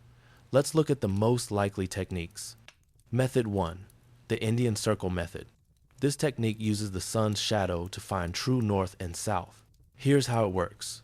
You set up a vertical pole, called a gnomon, in the center of a perfectly level circle drawn on the ground. As the sun moves across the sky, the pole's shadow moves around the circle. In the morning, you mark the point where the shadow touches the circle. In the afternoon, you mark the point where the shadow again touches the circle at the same length. These 2 points represent equal distances from the sun's noon position. Draw a line between these 2 points, and you have a perfect east-west line. The perpendicular to this line gives you perfect north-south. This method is simple, requires only a straight pole and some rope to draw the circle, and can be extremely accurate if done carefully. Ancient Egyptians were expert surveyors and could easily have used this method. Method 2. Stellar observation. The ancient Egyptians were sophisticated astronomers who tracked the movements of stars with remarkable precision. One method they could have used involves observing circumpolar stars, stars that appeared to circle around the north celestial pole without setting below the horizon. In ancient Egypt, the stars that circled the pole were different from today because of a phenomenon called axial precession. The Earth's axis slowly wobbles over a 26,000-year cycle. Around 2500 BCE, there was no bright north star like Polaris is today. Instead, the Egyptians would have used stars like Thuban in the constellation Draco, which was close to the celestial pole at that time. Here's the technique. You build a circular wall with a small opening. An observer stands in the center and sights through the opening to watch a circumpolar star. Over several hours, you mark the positions of the star at different times as it appears to rotate around the celestial pole. The star will have a highest point, upper culmination, and a lowest point, lower culmination. By bisecting the angle between these 2 points, you can find true north with remarkable accuracy. This method requires patience and clear skies, but no advanced technology, just careful observation and simple tools like a merket, similar to a plumb line, and a sighting tool made from a palm rib. An alternative stellar method involves the technique called simultaneous transits. You observe two circumpolar stars, one rising in the east and one setting in the west. When they align perfectly on the meridian, an imaginary line running from north to south through the zenith, you know you're looking directly north-south. Ancient Egyptian astronomical texts and tools suggest they were familiar with this kind of observation. Method 3, the solar noon shadow method. This is perhaps the simplest method. At solar noon, when the sun reaches its highest point in the sky, a vertical pole casts its shortest shadow, and that shadow points exactly north in the northern hemisphere, or south in the southern hemisphere. By marking this shadow position on multiple days and ensuring consistency, you can establish a true north-south line. The Egyptians were expert at tracking solar positions. They built sun temples and created solar calendars, so using the sun to find cardinal directions would have been well within their capabilities. Now, skeptics might say, but these methods are too simple. How could simple techniques produce such precise results? The answer is, simplicity doesn't mean inaccuracy. In fact, simple methods are often more accurate than complex ones because there are fewer steps where errors can accumulate. The key isn't the complexity of the tools, it's the skill and care of the people using them. A master craftsman with a simple tool can outperform an amateur with sophisticated equipment. The Egyptian astronomers and surveyors were masters of their craft, trained through years of practice and apprenticeship. We have evidence that the Egyptians used these astronomical methods. Tomb paintings and temple reliefs show astronomers using merket and bay tools to sight on stars. We've found actual examples of these tools in archaeological excavations. The Egyptians developed a sophisticated star calendar that divided the night into hours based on the rising of specific stars. This required precise astronomical observation. They oriented not just pyramids, but temples, tombs, and entire cities using astronomical alignments. This wasn't a one-time miracle. It was a standard practice of Egyptian engineering and architecture. Some pyramids and temples are aligned not just to cardinal directions, but to specific astronomical events. For example, many temples are oriented so that sunlight penetrates directly into the sanctuary on specific days of the year, often the pharaoh's birthday or coronation day. The Temple of Abu Simbel is famous for its alignment. Twice a year, originally on February 21 and October 21. Though the dates shifted when the temple was moved to save it from Lake Nasser, sunlight penetrates 60 meters into the temple and illuminates the statues of the gods in the inner sanctuary. This kind of precision alignment requires deep understanding of astronomy and careful calculation, but it doesn't require anything beyond ancient Egyptian knowledge and methods. Let's address another claim made by alternative theorists, that the Great Pyramid is aligned to true north rather than magnetic north, and that ancient people couldn't have known the difference without modern understanding of Earth's magnetic field.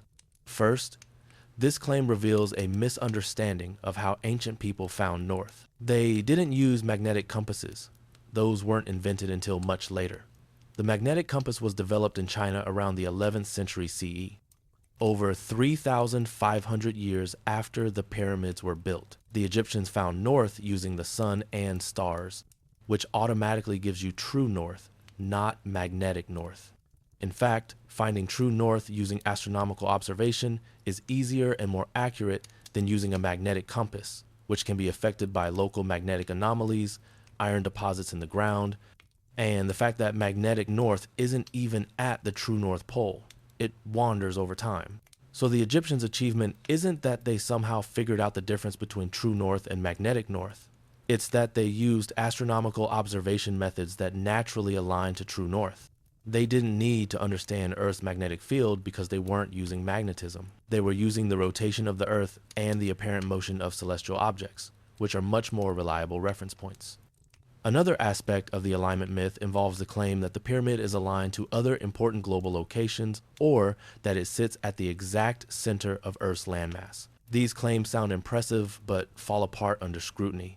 First, The center of Earth's landmass is a meaningless concept because landmass distribution has changed over geological time due to continental drift, and the calculation depends entirely on how you define center and what landmasses you include. Different calculation methods give different results, and you can make almost any location seem special by choosing your criteria carefully. It's like the Texas sharpshooter fallacy. You shoot at a barn wall, then draw a bullseye around the bullet hole and claim you hit the target. As for alignments to other locations, like the claim that the Great Pyramid is aligned to true north, and if you extend its diagonal lines, they perfectly frame the Nile Delta. These are examples of cherry picking. If you draw enough lines from any location, some of them will inevitably line up with something interesting. It's not evidence of intentional design. It's a statistical inevitability. The Egyptians built the pyramids at Giza because it was close to their capital city of Memphis and because the bedrock there was suitable for supporting massive stone structures. The location wasn't chosen because of its global coordinates or its relationship to other landforms. Let's also address the precision myth from another angle. While the Great Pyramid's alignment is impressively accurate, it's not perfect. There is a small error, as mentioned, about 3.4 arc minutes. Alternative theorists sometimes ignore this error, claiming the alignment is perfect to support their argument that aliens or advanced technology must have been involved. But the existence of the small error is actually evidence for human construction using ancient methods. If aliens with advanced technology had built the pyramid, why wouldn't they make it absolutely perfect? The small error is exactly what you'd expect from highly skilled humans using careful observational methods. Extremely good, but not quite perfect. Interestingly, some later pyramids have slightly less precise alignments than the Great Pyramid.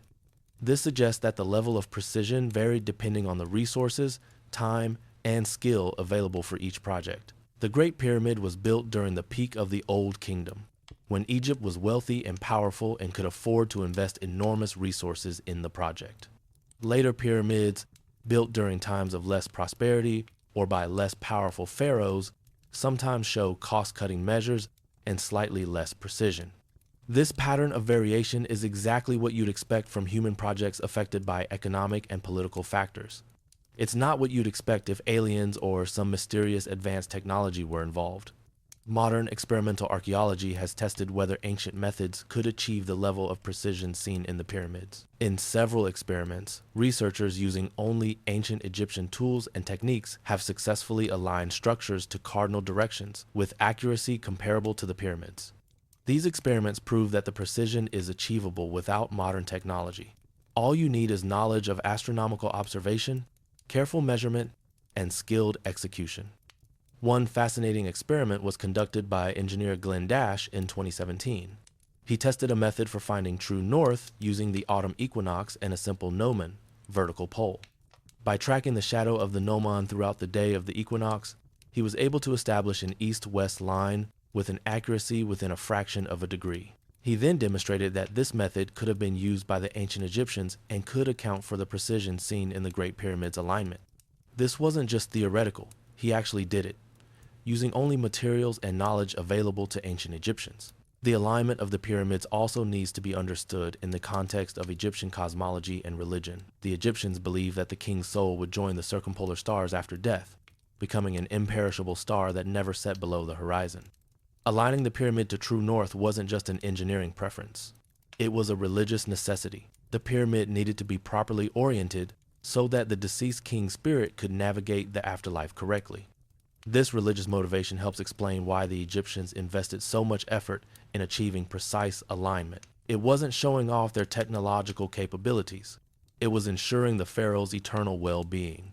The narrow shafts in the Great Pyramid, sometimes called air shafts, though they probably weren't for ventilation, are also aligned to specific stars. The southern shaft from the king's chamber was aligned to the star Al-Nitak in Orion's belt, which was associated with the god Osiris. The northern shaft was aligned to the circumpolar stars, which represented the imperishable stars. These alignments served religious and symbolic purposes, providing pathways for the king's soul to reach the heavens. The precision of these alignments again demonstrates the Egyptians' astronomical knowledge, but it doesn't require anything beyond careful observation and calculation. It's worth noting that precise alignment wasn't unique to Egypt. Many ancient cultures achieved remarkable astronomical alignments in their architecture. Stonehenge in England is aligned to the summer solstice sunrise. The Mayan pyramid at Chichen Itza creates a shadow serpent during the equinoxes. The Newgrange Passage tomb in Ireland is aligned so that sunlight illuminates the inner chamber only on the winter solstice. Indigenous peoples around the world, from Polynesian navigators to Native American builders, demonstrated sophisticated astronomical knowledge and achieved precise alignments using observational methods. This is a human capability, not an alien one. The perfect alignment myth ultimately reveals a bias, the assumption that ancient people, especially ancient non-European people, couldn't have possessed sophisticated knowledge or skills. When we see impressive achievements from the past, we should first ask, how did they do this with the knowledge and tools available to them, rather than jumping to, they couldn't have done this, so someone else must have helped them. In the case of the pyramid's alignment, the answer to the first question is clear. They use astronomical observation methods that are well documented in Egyptian texts and artifacts that have been tested experimentally, and that produce exactly the level of precision we see in the pyramids. The alignment of the pyramids is indeed impressive, but it's impressive in the right way.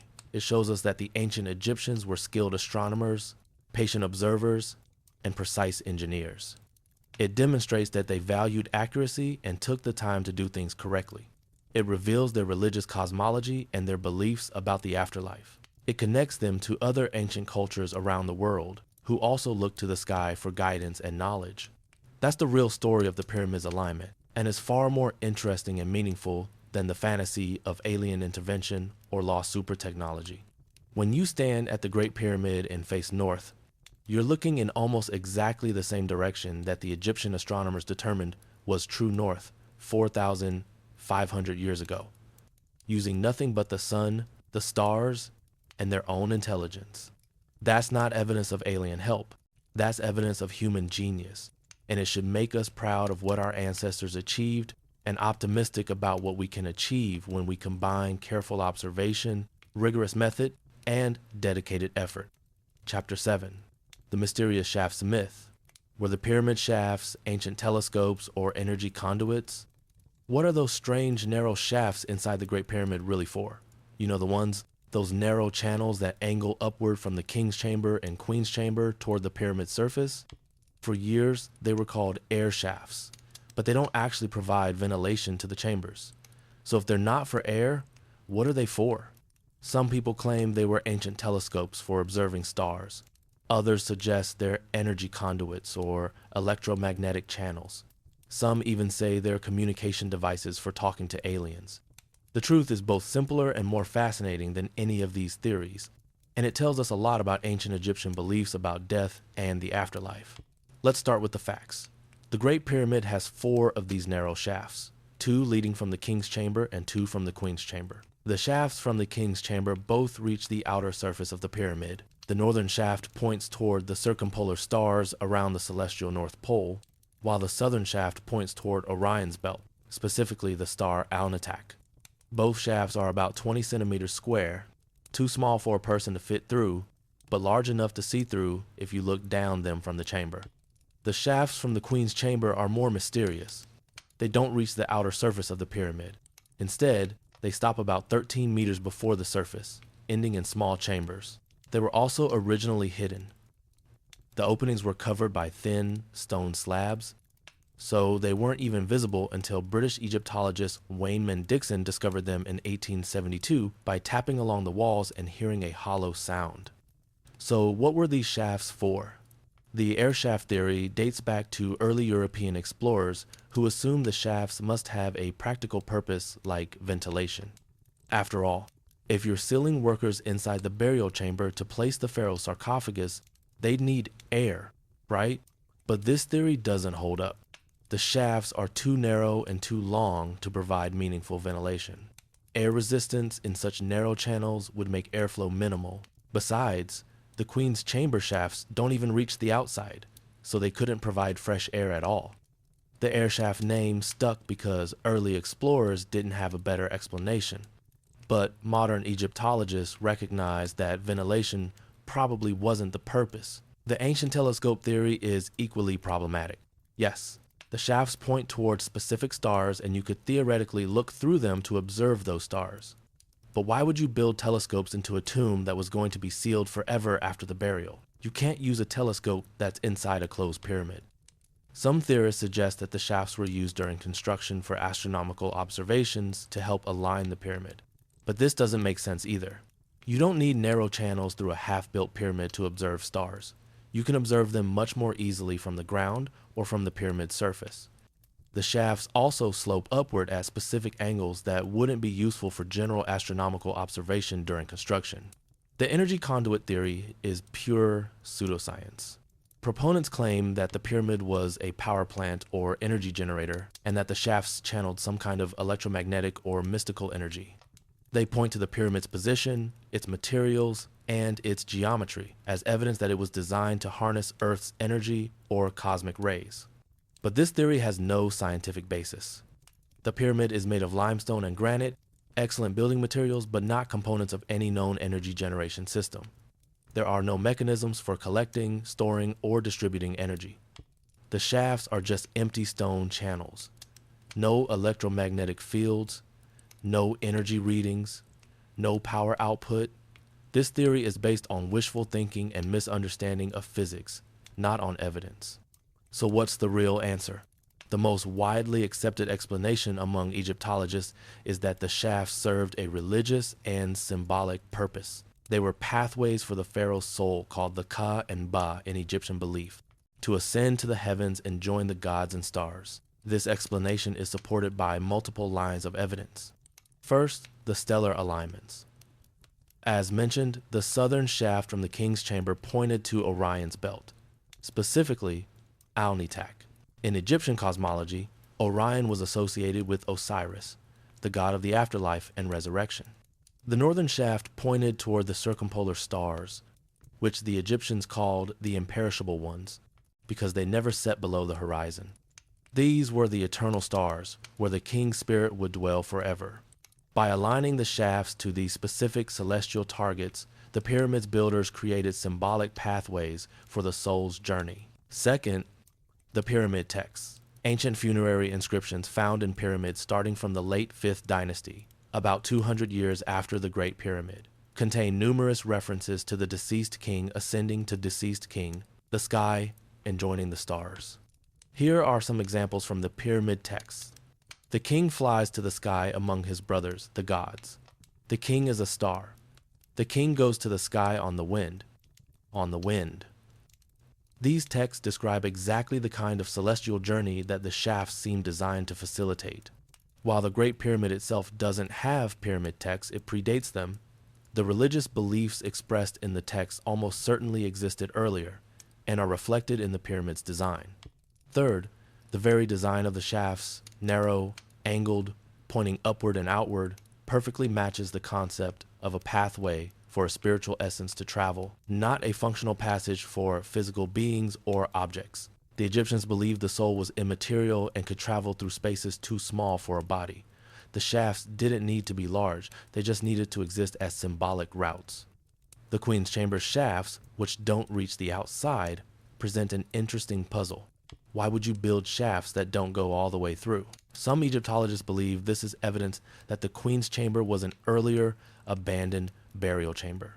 Perhaps Khufu originally intended to be buried there, and the shafts were started but never finished when he changed his mind and decided to use the higher King's Chamber instead. Another theory is that the Queen's Chamber shafts were meant to remain hidden and incomplete. They were symbolic doorways to the Duat, the Egyptian underworld, which should remain closed and mysterious. The fact that they end in small chambers containing mysterious objects discovered by a robot exploration in 1993 suggests they might have been ritual spaces with specific religious purposes. In 1993, German engineer Rudolf Gantenbrink sent a small robot crawler up the southern shaft of the Queen's Chamber. The robot, named Upuaut II, after the Egyptian god who opened the ways, traveled up the shaft until it reached what appeared to be a small door or block with 2 copper handles or pins. This discovery created a media sensation, with speculation about a secret chamber beyond the door. In 2002, another robot expedition drilled through the block and inserted a camera, revealing a small chamber and another block beyond it.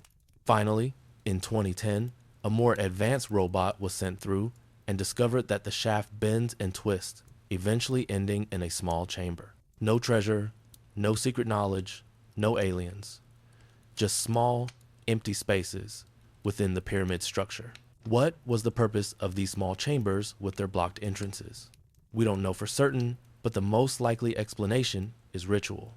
The Egyptians may have placed symbolic objects in these spaces during construction, then sealed them. The copper handles on the blocking stone might be ritual objects themselves, or they might be remnants of the tools used to place the blocks. The important point is that these features are consistent with Egyptian religious practices, which often involved creating sealed ritual spaces within temples and tombs. The idea that the shafts were communication devices for contacting aliens is too ridiculous to take seriously, but it's worth addressing briefly because it appears in popular media. This theory has no evidence whatsoever. No communication equipment, no signals detected, no historical records of any kind suggesting the Egyptians were trying to contact extraterrestrial civilizations. It's pure fantasy, based on the mistaken assumption that ancient people couldn't possibly have had their own reasons for building things in certain ways and must have been following instructions from aliens. It's a theory that says more about modern sci-fi culture than about ancient Egypt. One aspect of the shafts that sometimes puzzles people is their precision. The shafts are remarkably straight, maintaining their narrow dimensions for dozens of meters through solid limestone and granite. How did the builders cut such precise channels? The answer is time, skill, and technique. The shafts were likely cut from both ends, from the chamber working outward and from the outside working inward, meeting in the middle. Ancient Egyptian stoneworkers were masters at cutting stone with copper tools and abrasive sand. They could cut precisely by using measuring rods and plumb lines to ensure they were working at the correct angle. When the two teams met in the middle, any small offset would be corrected. It's challenging work, but it's not mysterious. It's craftsmanship.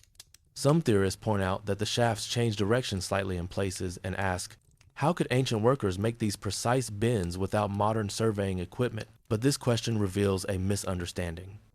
The bends aren't precise geometric curves. They're adjustments made during construction, probably to avoid internal chambers or structural features, or to correct alignment. Far from being evidence of advanced technology, the bends are evidence of human workers adapting their plan as they encountered challenges during construction, exactly what you'd expect from a human-built structure. The shafts also tell us something important about how the pyramid was built. The fact that the shafts from the king's chamber were built into the pyramid structure as it rose means that the builders knew exactly where the burial chamber would be located before they finished the surrounding stone work. This indicates sophisticated planning. They weren't making it up as they went along. They had architectural drawings or plans, probably on papyrus or flat boards, that specified where each element would be located. The precision of the shafts is evidence of careful planning and execution, not mysterious technology. There's one more pseudo-scientific theory about the shafts that needs addressing. The idea that they were part of a water pump system or hydraulic mechanism. This theory usually claims that the pyramid was designed to lift water from the Nile, or that water flowing through the pyramid generated energy. Apart from the fact that this would be an absurdly inefficient use of 2.3 million tons of stone, there's no evidence for it. There are no water channels, no pump mechanisms, no water damage from flowing water, and no logical reason why you'd build a water pump inside a pharaoh's tomb. This theory takes a few random observations. Limestone sometimes contains moisture, there's a shaft system, the pyramid is near the Nile, and weaves them into a narrative that ignores Egyptian culture, religion, and all archaeological evidence. The reality is that the shafts are exactly what they appear to be in the context of Egyptian religion. Symbolic pathways for the soul. They're aligned to religiously significant stars. They're built into a tomb designed to ensure the pharaoh's successful transition to the afterlife. They match descriptions in later religious texts about the soul's ascent to heaven. They're consistent with Egyptian architectural and engineering practices. You don't need alternative explanations when the straightforward one fits all the evidence. Understanding the shafts as soul pathways rather than telescopes or energy conduits gives us insight into Egyptian beliefs about death and the afterlife. The Egyptians didn't see death as an ending, but as a transformation, a journey from the earthly realm to the divine realm. The pyramid was a machine for facilitating that transformation, with every element designed to help the king become a god. The shafts were part of that system, providing routes for the soul to leave the entombed body and ascend to the stars. This religious understanding also explains why the shafts are features of the Great Pyramid, but not all pyramids. Different pyramids reflect different theological ideas and architectural innovations. Some pyramids have similar features, others don't. This variation is exactly what you'd expect from evolving religious and architectural traditions over time. It's not evidence of alien blueprints or lost super technology. It's evidence of human creativity, religious thought, and architectural experimentation. The next time you hear someone claim that the pyramid shafts must have been built by aliens or served some mysterious technological purpose, remember that the ancient Egyptians themselves told us what they believed about the afterlife and the soul's journey. Their religious texts are full of references to ascending to the stars, joining the gods, and becoming eternal. The shafts are physical expressions of these beliefs, built in stone to last forever. They're not mysterious when you understand the culture that created them. They're deeply meaningful expressions of human spirituality and the universal human desire to transcend death and achieve immortality. That's the real story of the shafts, and it's far more profound than any pseudoscientific fantasy. Chapter 8, The Precision Stonework Myth. Does the perfect fit of the stones prove laser technology or alien tools? Have you ever seen those videos where someone tries to slide a piece of paper between the stones of the Great Pyramid and can't do it? The blocks fit together so perfectly that there's barely any gap at all. Conspiracy theorists love this fact. There's no way ancient people with copper tools could achieve this precision, they claim. They must have had laser cutting technology, diamond-tipped saws, or help from aliens with advanced tools. But is this really true? Is the stonework impossibly perfect? Or is it exactly what you'd expect from skilled craftsmen with time, patience, and the right techniques? Let's cut through the myths and look at what the evidence actually tells us. First, we need to be clear about what we're talking about. The Great Pyramid contains approximately 2.3 million stone blocks. The vast majority of these blocks, the core blocks that make up the inner structure, are rough limestone blocks that do not fit together perfectly. They have irregular shapes, gaps between them which were filled with mortar made from gypsum, and vary considerably in size. If you could see inside the pyramid, and in places where the outer casing has fallen away, you'd see that the core is not precision stonework, it's rough construction, functional but not pretty. What people are usually referring to when they talk about impossible precision are the casing stones, the fine white limestone blocks that originally covered the pyramid's surface, giving it a smooth, gleaming appearance. Most of these casing stones were stripped away centuries ago and used for other building projects in Cairo, but some remain at the base of the pyramid, and from these, we can see that yes, they were cut and fitted with remarkable precision. The question is, does this precision require technology beyond what the ancient Egyptians had? The answer is no, and we can prove it multiple ways. First, let's talk about the tools. The ancient Egyptians worked primarily with copper tools, copper chisels, saws, and drills. Copper is a soft metal, much softer than the limestone and granite the Egyptians were cutting. So how could soft copper cut hard stone? The answer is that copper tools don't cut stone directly. They work in combination with abrasive sand, usually quartz sand, which is harder than both copper and stone.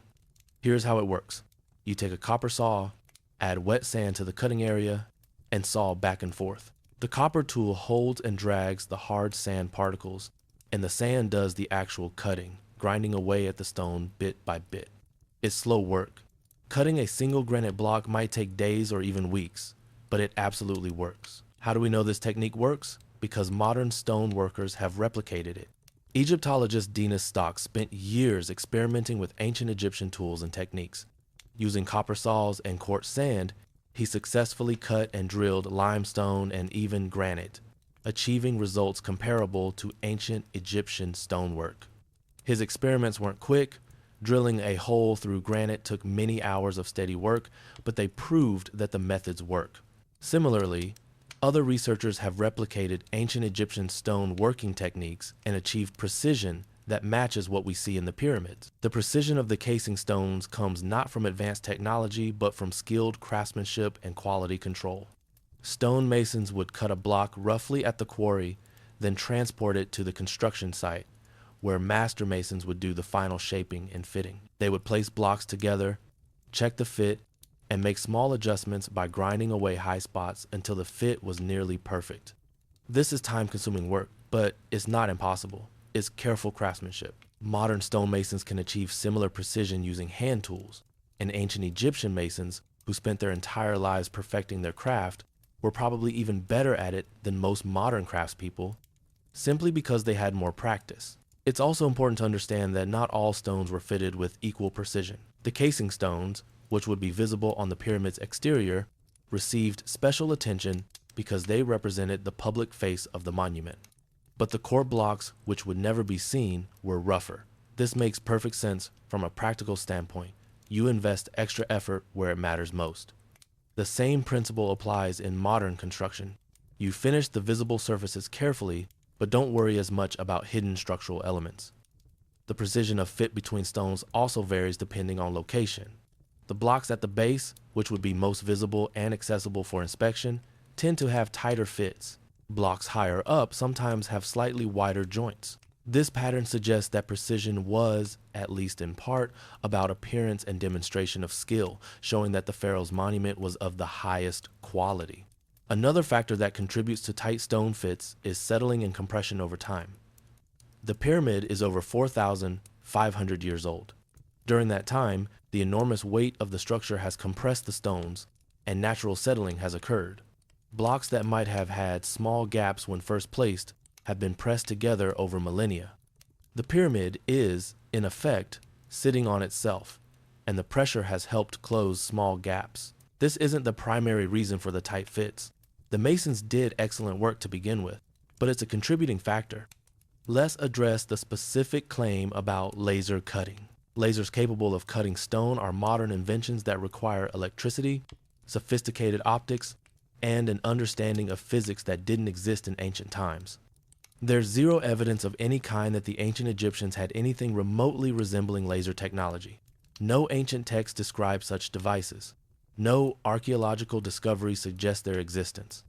The entire claim is based on the faulty logic of, I can't imagine how they did it with primitive tools, therefore they must have had advanced technology. But this logic fails because we've demonstrated that ancient tools absolutely could achieve the observed precision. Some theorists point to saw marks on stones and claim that the marks are too straight and even to be made by hand sawing, but analysis of these marks shows they're entirely consistent with copper saws used with abrasive sand. The marks show the characteristic scratching pattern you'd expect from sand particles being dragged across stone. Modern experimental archaeology has produced identical marks using ancient techniques. There's nothing mysterious about them. The claim about diamond-tipped saws is similarly unsupported. While the ancient Egyptians did have access to very hard stones that could be used as abrasives, like quartz and corundum, they didn't have industrial diamonds or diamond-tipped tools as we understand them today. They didn't need them. Quartz sand worked perfectly well for cutting both limestone and granite, and there's no evidence of diamond use in ancient Egyptian stone working. What about drilling?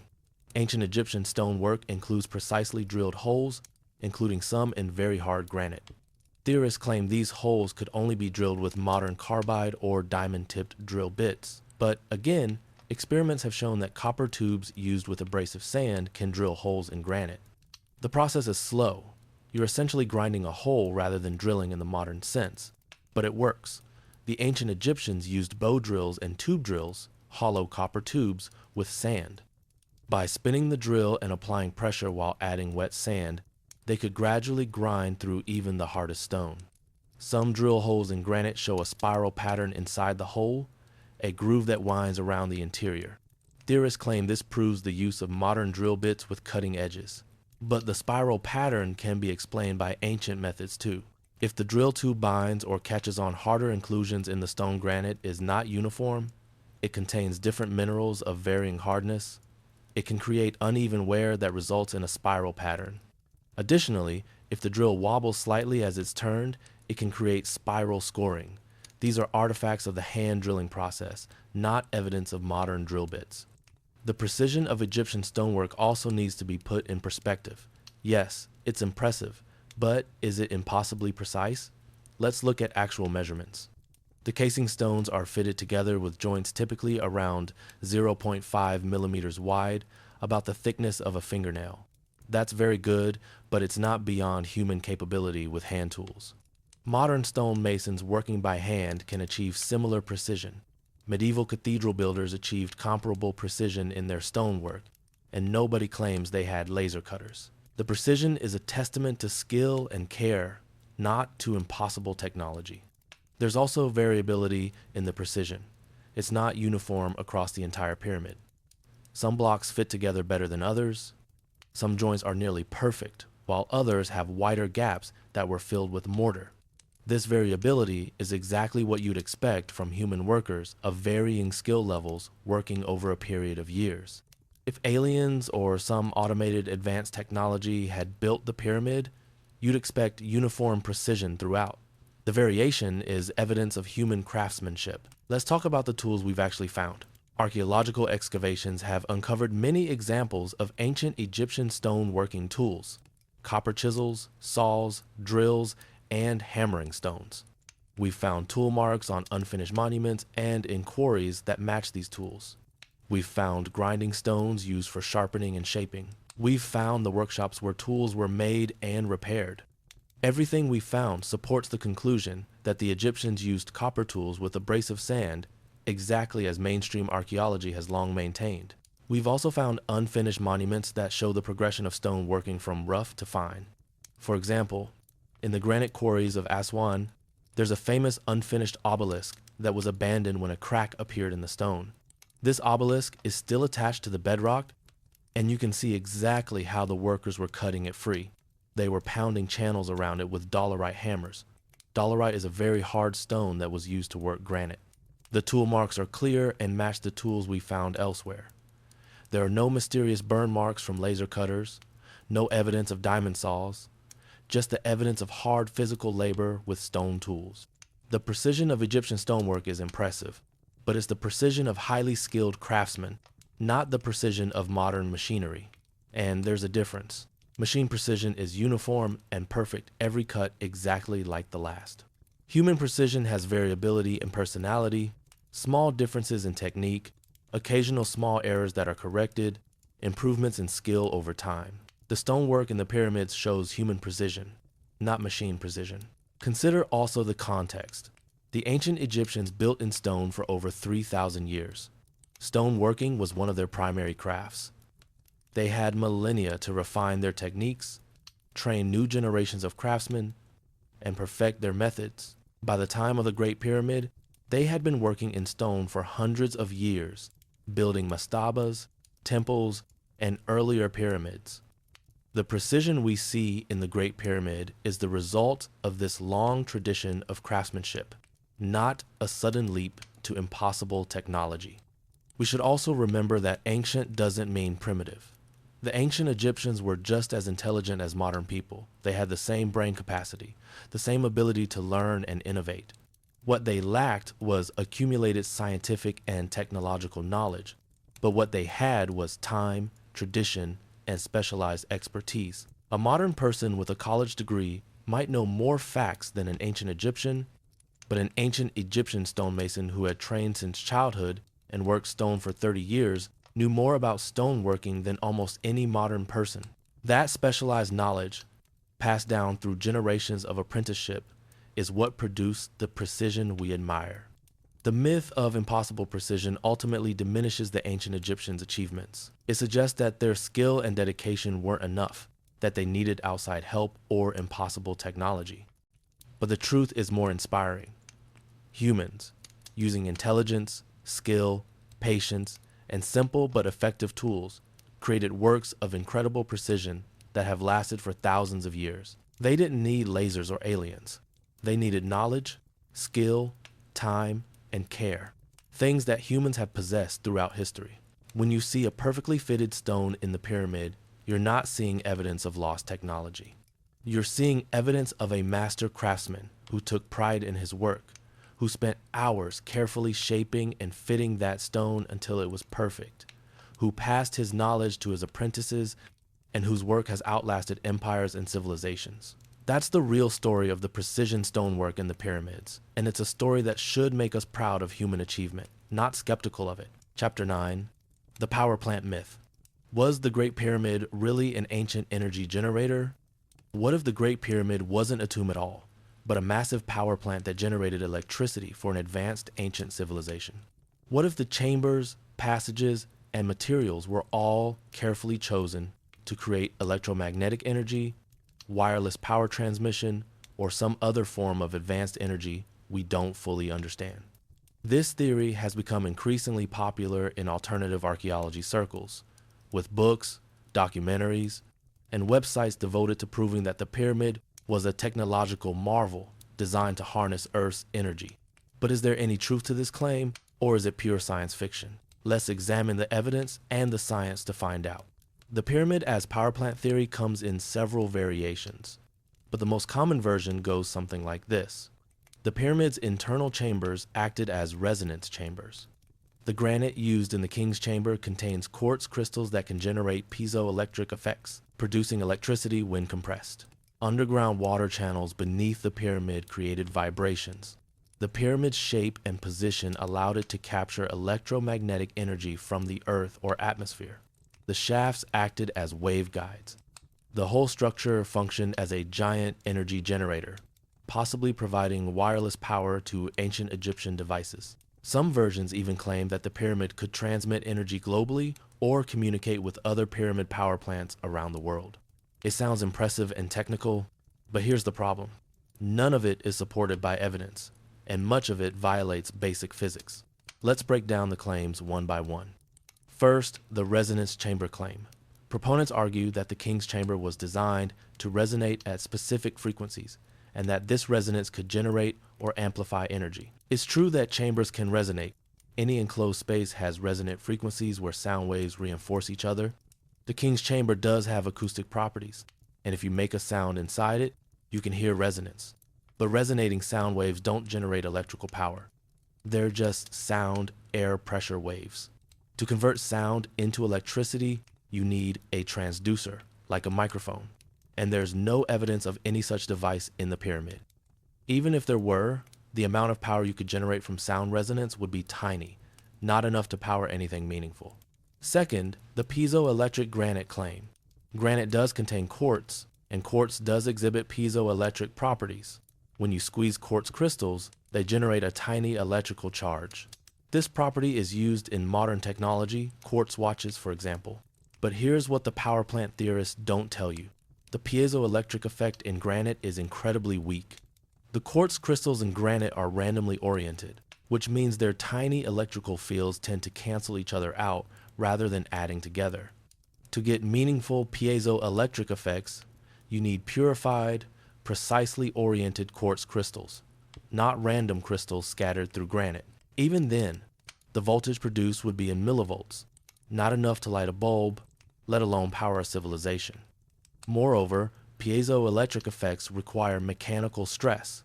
You have to squeeze or strike the crystal to produce electricity. The granite in the king's chamber just sits there. It's under compression from the weight above it, but that steady, constant pressure, not the varying pressure needed to generate continuous electrical output. Unless someone was constantly hammering on the granite blocks and there's no evidence of that, the piezoelectric effect would be negligible. Third, the underground water claim. Some versions of the power plant theory claim that underground water channels beneath the pyramid created vibrations, or that water flowing through chambers inside the pyramid generated energy through some kind of hydraulic mechanism. But archaeological surveys have found no evidence of water channels beneath the Great Pyramid. The pyramid sits on solid limestone bedrock. There are no tunnels, no aqueducts, no hydraulic systems. The subterranean chamber, cut into the bedrock below the pyramid, is mostly dry, though there is some water seepage from the water table, which is natural and doesn't indicate any artificial water system. No evidence of water-powered mechanisms has ever been found. Fourth, the electromagnetic energy capture claim. Some theorists argue that the pyramid's shape and the materials used allow it to capture electromagnetic energy from the Earth's magnetic field or from the atmosphere. This sounds scientific, but it's not how electromagnetism works. To generate electricity from a magnetic field, you need a conductor moving through the field, like in a generator, or a changing magnetic field, like in a transformer. The pyramid doesn't move, and Earth's magnetic field is relatively constant. Even if you could somehow extract energy from Earth's magnetic field, it would be infinitesimal. The pyramid has no coils of wire, no magnetic materials arranged to capture and direct magnetic fields, no capacitors to store charge, none of the components you'd need for an electromagnetic energy system. Some versions of this theory cite recent experiments showing that the pyramid can focus electromagnetic waves, radio waves, in its internal chambers and beneath its base. These experiments, conducted by physicists, are real. The pyramid's shape and materials do interact with electromagnetic radiation in interesting ways. But, and this is crucial, focusing electromagnetic waves is not the same as generating energy. The experiments show that if you shine radio waves at the pyramid's geometry can concentrate those waves in certain areas. This is a passive effect, like how a lens focuses light. It doesn't create energy, it just redirects energy that's already there. It's an interesting physics phenomenon, but it's not evidence that the pyramid was a power plant. The pyramid was built thousands of years before radio waves were discovered, and there's no indication the builders intended this effect or could even have known about it. Fifth, the wireless power transmission claim. This is perhaps the most far-fetched aspect of the theory. Proponents sometimes invoke Nikola Tesla's experiments with wireless power transmission and suggest that the pyramid worked on similar principles, broadcasting power wirelessly to receivers across Egypt or even around the world.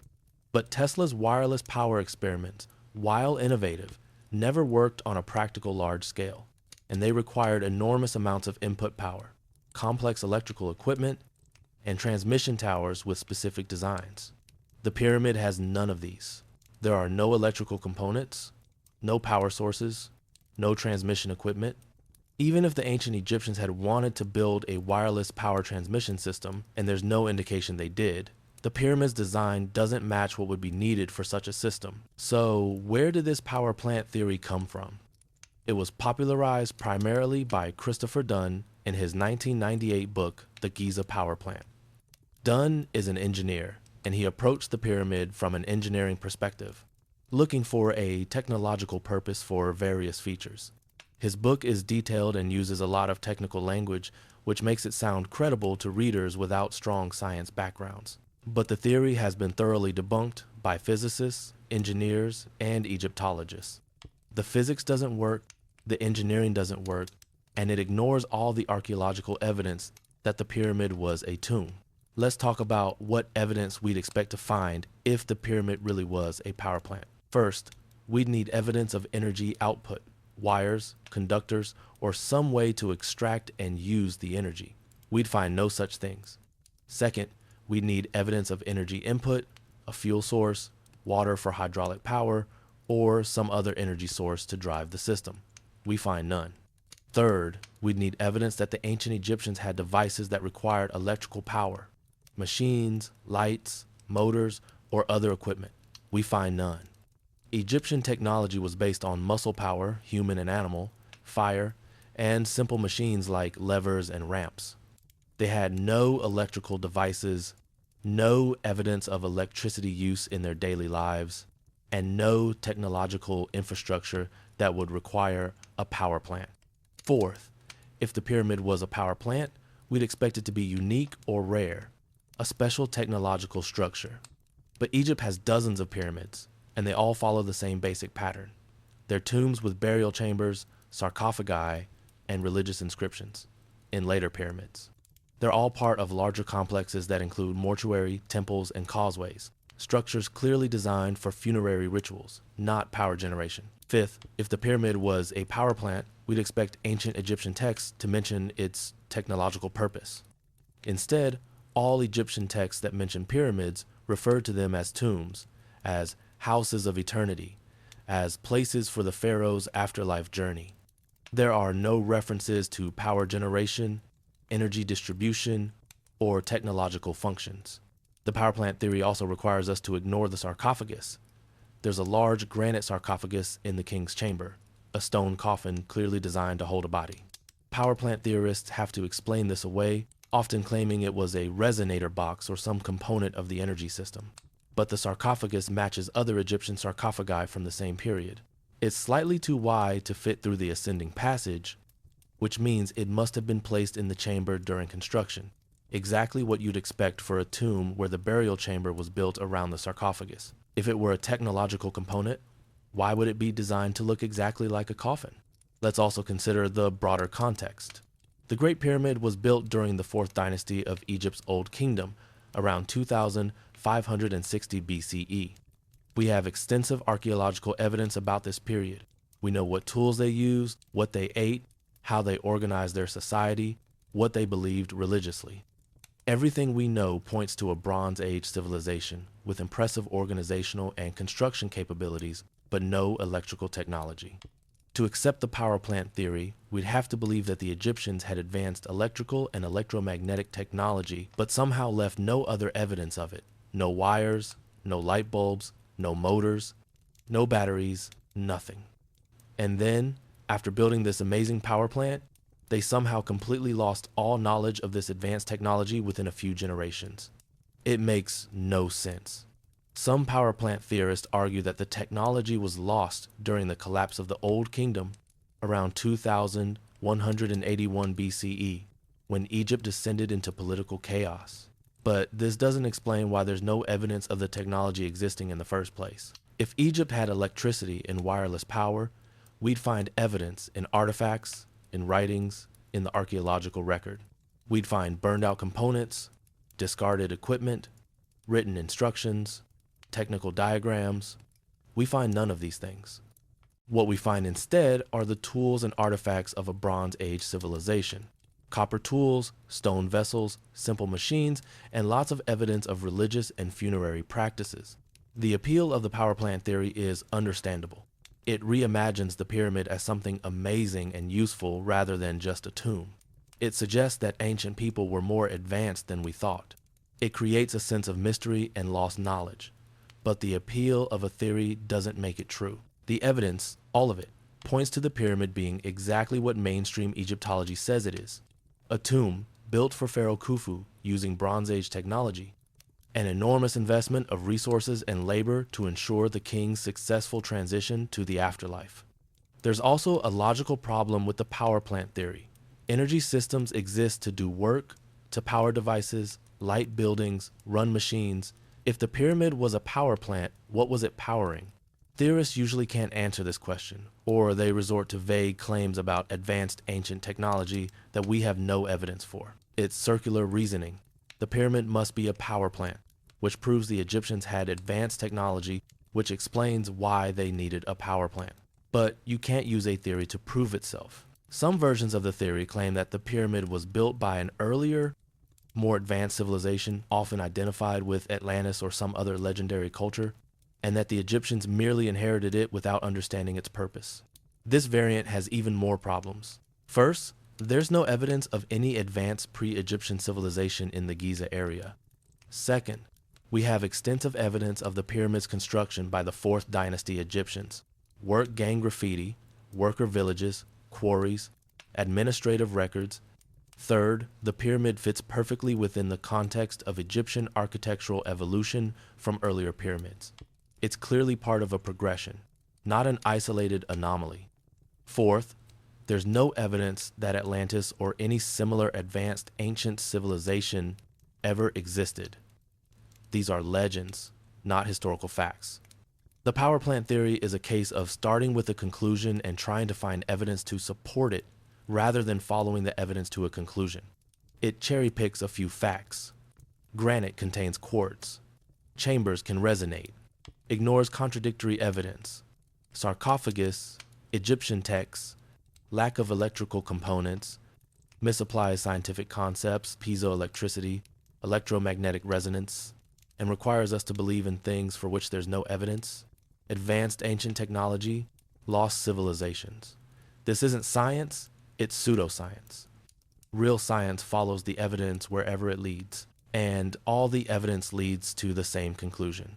The Great Pyramid was a tomb built by the ancient Egyptians using the technology available to them in the Bronze Age as part of their religious system to ensure the pharaoh's eternal afterlife. It's an amazing achievement of engineering, organization, and determination, but it's a Bronze Age achievement, not a science fiction fantasy. The irony is that the real pyramid is more impressive than the power plant fantasy. Building a structure that has lasted 4,500 years, using only copper tools, rope, and human labor, organizing tens of thousands of workers for decades, developing the mathematics and astronomy needed for precise alignment, creating a monument that inspires and amazes people millennia later, that's genuinely remarkable. It doesn't need to be a power plant to be impressive. The actual achievement, what humans accomplished with intelligence, skill, and cooperation, is far more inspiring than any made-up technological fantasy. So no, the Great Pyramid was not a power plant. It didn't generate electricity, transmit wireless power, or harness Earth's electromagnetic energy. It was a tomb, the most elaborate, precisely constructed, carefully planned tomb ever built. And that's exactly what makes it one of the wonders of the ancient world. Chapter 10, The Curse Myth. Is there really a deadly curse on those who disturb the pyramids? Have you heard the legend of the mummy's curse? The idea that anyone who disturbs an ancient Egyptian tomb will suffer terrible consequences, from mysterious illnesses to sudden death? The most famous version of this myth involves the curse of the pharaohs, supposedly connected to the tomb of Tutankhamun, discovered in 1922.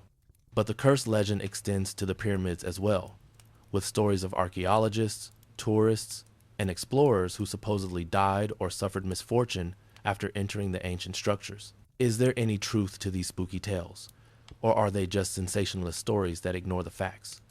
Let's dig into the evidence and separate supernatural fiction from historical reality.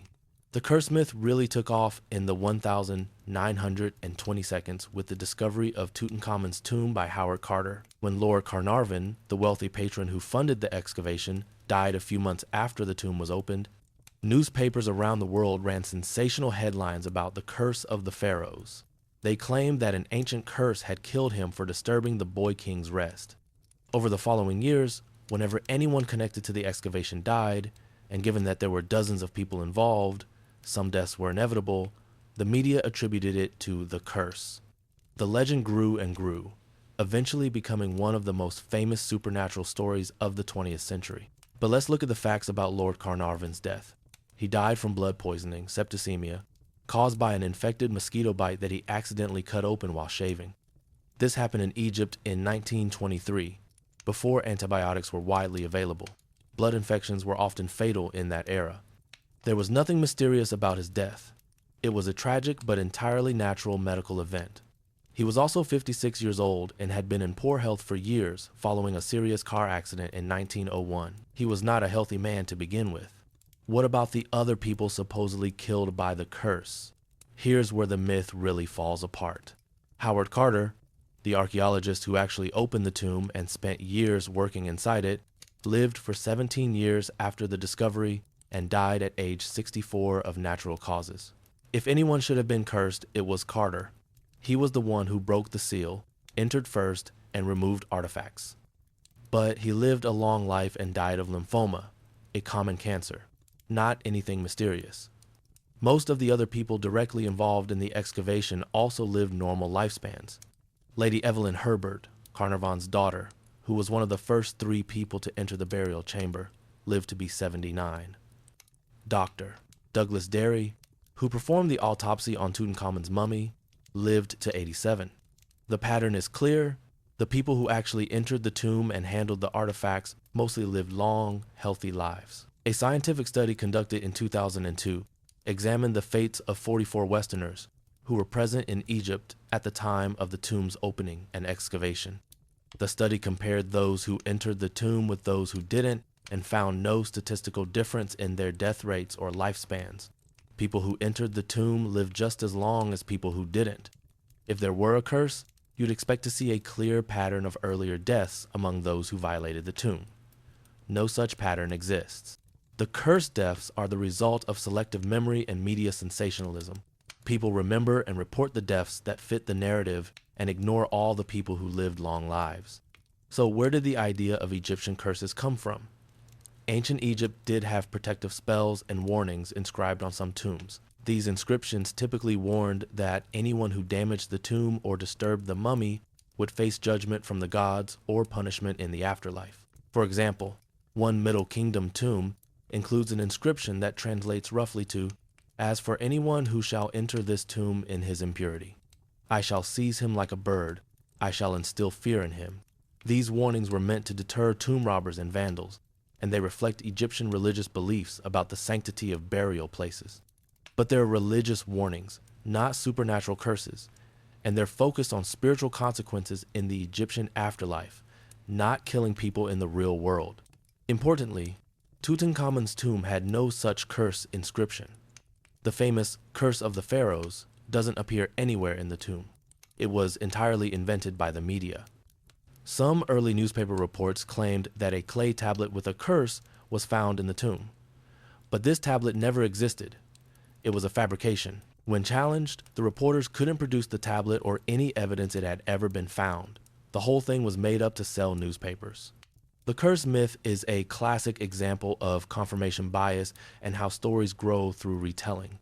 When someone connected to an Egyptian excavation dies, people remember it and connect it to the curse. When someone connected to the excavation lives a long, healthy life, nobody reports it because it's not a story. The deaths get publicized and remembered. The survivals get ignored. This creates a false impression that tombs are dangerous when the statistics show they're not. There is, however, one grain of scientific truth in the curse myth, though it has nothing to do with supernatural forces. Ancient tombs can contain health hazards, not curses, but actual biological and chemical dangers. Tombs that have been sealed for thousands of years can accumulate dangerous levels of certain substances. First, there's the issue of mold and fungi. Organic materials in tombs, wood, textiles, leather, food offerings, even the mummy itself can support the growth of various fungi. Some of these fungi produce mycotoxins that can cause respiratory problems if inhaled. People who spend a lot of time in poorly ventilated ancient tombs can develop respiratory illnesses from mold exposure. Second, there's the issue of bat droppings. Many ancient tombs, especially those that had been opened in antiquity and left unsealed for long periods, became homes to bats. Bat guano can harbor Histoplasma capsulatum, a fungus that causes histoplasmosis, a respiratory disease. If you disturb old bat droppings by walking through them or sweeping, you can kick up spores and inhale them. This is a recognized occupational hazard for archaeologists and cave explorers. Third, some tombs contain high levels of ammonia, radon, or other gases produced by the decay of organic materials or by natural geological processes. Entering a poorly ventilated tomb without checking air quality first can be dangerous. Modern archaeologists use air monitoring equipment and ventilation systems to deal with these hazards, but early 20th century excavators often didn't take such precautions. Fourth, there's the matter of radiation. Some Egyptian artifacts were made with materials that are slightly radioactive. Certain glazes and pigments contain uranium or thorium. The radiation levels are generally low and not dangerous with brief exposure, but archaeologists who handle these materials regularly should take precautions. Again, this is a modern health and safety concern, not a curse. Could any of these natural hazards explain deaths attributed to the curse? Possibly, in some cases. If someone spent a lot of time in a moldy, poorly ventilated tomb and later developed a respiratory illness, that would be a natural consequence of environmental exposure, not a supernatural curse. But these hazards affect people based on how much time they spend in tombs and what precautions they take. There's no mystical selection of victims, it's straightforward cause and effect. Interestingly, the curse myth has had one positive effect. It has sometimes helped protect archaeological sites. In the early 20th century, tomb robbery and artifact theft were major problems in Egypt. The curse stories, spread by media and popular culture, made some people afraid to disturb tombs or steal artifacts. This superstitious fear probably saved some sites from looting. Egyptian authorities sometimes even encouraged cursed stories as a way to protect antiquities. It's a case of a false belief having a beneficial, real-world effect. The curse myth also reflects deeper human psychology. We want to believe that there are consequences for violating sacred spaces, that the dead can protect themselves, that justice exists beyond the grave. The idea of a curse satisfies our sense that there should be punishment for greed and disrespect. It's morally satisfying to think that the wealthy Westerners who plundered Egyptian tombs for profit and curiosity got what they deserved. But wanting something to be true doesn't make it true. The curse stories also tap into fears about death and the unknown. Tombs are inherently spooky. They're dark, underground, filled with dead bodies and ancient artifacts. They feel dangerous even when they're not. This emotional response is natural and probably evolutionary. Being cautious around dead bodies in confined spaces had survival value for our ancestors. But we shouldn't mistake an emotional feeling for evidence of supernatural forces. In reality, ancient Egyptian tombs and pyramids are dangerous for ordinary, mundane reasons that have nothing to do with curses. Unstable structures can collapse. Stone blocks that have been sitting for 4,500 years can shift and fall. Tomb shafts and pits can be hidden under sand or debris, creating fall hazards. As mentioned, air quality can be poor. Snakes, scorpions, and other desert creatures sometimes take shelter in tombs. These are real risks that archaeologists manage through safety procedures, training, and equipment. None of them require supernatural explanations. When it comes to the pyramids specifically, there have been occasional accidents over the years, tourists suffering heart attacks while climbing. The pyramids are tall and the climb is strenuous. People getting lost or injured inside the passages falls from the exterior. But these incidents are no more frequent than you'd expect at any major tourist site involving physical exertion and tight spaces. Millions of people have entered the pyramids over the centuries. If there were a curse killing people who entered, we'd have millions of deaths. Instead, we have the normal, expected rate of accidents and health incidents you'd find at any popular tourist destination. The curse myth has been perpetuated by popular culture. Movies like the Mummy franchise, books, television shows, and countless horror stories have featured mummy curses and vengeful spirits from ancient Egypt. These stories are entertaining fiction, but they're fiction nonetheless. They reflect our fascination with ancient Egypt and our love of spooky stories, not historical reality. It's worth noting that modern Egyptians and Egyptian archaeologists generally don't believe in the curse. They work in tombs and pyramids every day as part of their jobs and recognize that the curse is a Western invention, not an authentic Egyptian belief. The curse stories sometimes annoy Egyptian scholars because they distract from real Egyptian history and culture, reducing ancient Egypt to a source of spooky supernatural tales rather than recognizing it as a sophisticated civilization with rich art, literature, religion, and achievements. The bottom line is this: there is no curse on the pyramids or any other Egyptian tombs. The curse is a myth, created by sensationalist media in the 1,920 seconds and perpetuated by popular culture. The people who enter pyramids and tombs face no greater risk than anyone else, except for ordinary, manageable environmental and safety hazards. The ancient Egyptians did write protective spells and warnings, but these were religious expressions, not magical curses with real-world power. When we let go of the curse myth, we can appreciate the pyramids and tombs for what they really are: incredible achievements of ancient architecture and engineering, windows into a fascinating ancient culture, and monuments to humanity's age-old struggle to understand and overcome death. The pyramids don't need curses to be amazing. Their real power isn't supernatural. It's the power to inspire, to teach, to connect us across millennia to people who lived, worked, loved, and hoped for eternity just as we do. That's not a curse, that's a gift, and it's one that the pyramids continue to give to everyone who takes the time to understand them. Conclusion: the truth is more amazing than the myths. So there you have it, 10 major myths about the pyramids, busted with evidence, science, and reason. We've seen that the pyramids were not built by aliens, but by skilled Egyptian workers. They were not built by slaves, but by organized crews of citizens performing labor service. They were not filled with endless treasure, but were tombs that were looted in antiquity. They contained no secret chambers full of hidden knowledge, just structural features and religious elements. They were not built impossibly quickly, but over realistic time spans of about 20 to 25 years. They were not aligned using lost technology, but through careful astronomical observation. Their shafts are not ancient technology, but religious pathways for the soul. Their stonework is not impossibly precise, but represents highly skilled human craftsmanship. They were not power plants generating energy, but tombs designed to ensure the pharaoh's afterlife. And they are not cursed. The curse is a modern myth with no basis in reality. What's remarkable is that the truth about the pyramids is actually more impressive than the myths. The real story of human beings organizing themselves to achieve something extraordinary, of craftsmen perfecting their skills over generations, of engineers solving complex problems with simple tools, of a civilization investing enormous resources to honor their beliefs and their leaders. That story is inspiring in a way that alien theories and supernatural curses can never be. The myths about the pyramids tell us something important about ourselves. They reveal our tendency to underestimate what humans can achieve. They show our love of mystery and our desire for there to be secrets still hidden in the world. They demonstrate how misinformation spreads when people want to believe something exciting rather than something ordinary.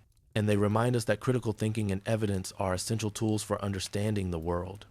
The pyramids have stood for over 4,500 years, and they will likely stand for thousands more. They connect us to our ancient ancestors and remind us that humans have always dreamed big, worked together, and reached for immortality.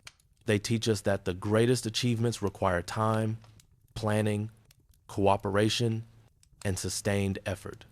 They prove that with intelligence and determination, humans can accomplish things that seem impossible. So the next time you see the pyramids, whether in person, in a photograph, or in a documentary, remember that you're looking at a genuine wonder of the world, built by people just like you. People who got up every morning, went to work, solved problems, took pride in their craft, and contributed to something larger than themselves. People who didn't have magic or alien technology, just human ingenuity, skill, and the determination to create something that would last forever. That's the real story of the pyramids. And it's been waiting for us to understand it for over 4,000 years. No myths, no fantasy, just the incredible truth of what humans can achieve when they work together toward a common goal. That truth is more amazing than any myth could ever be.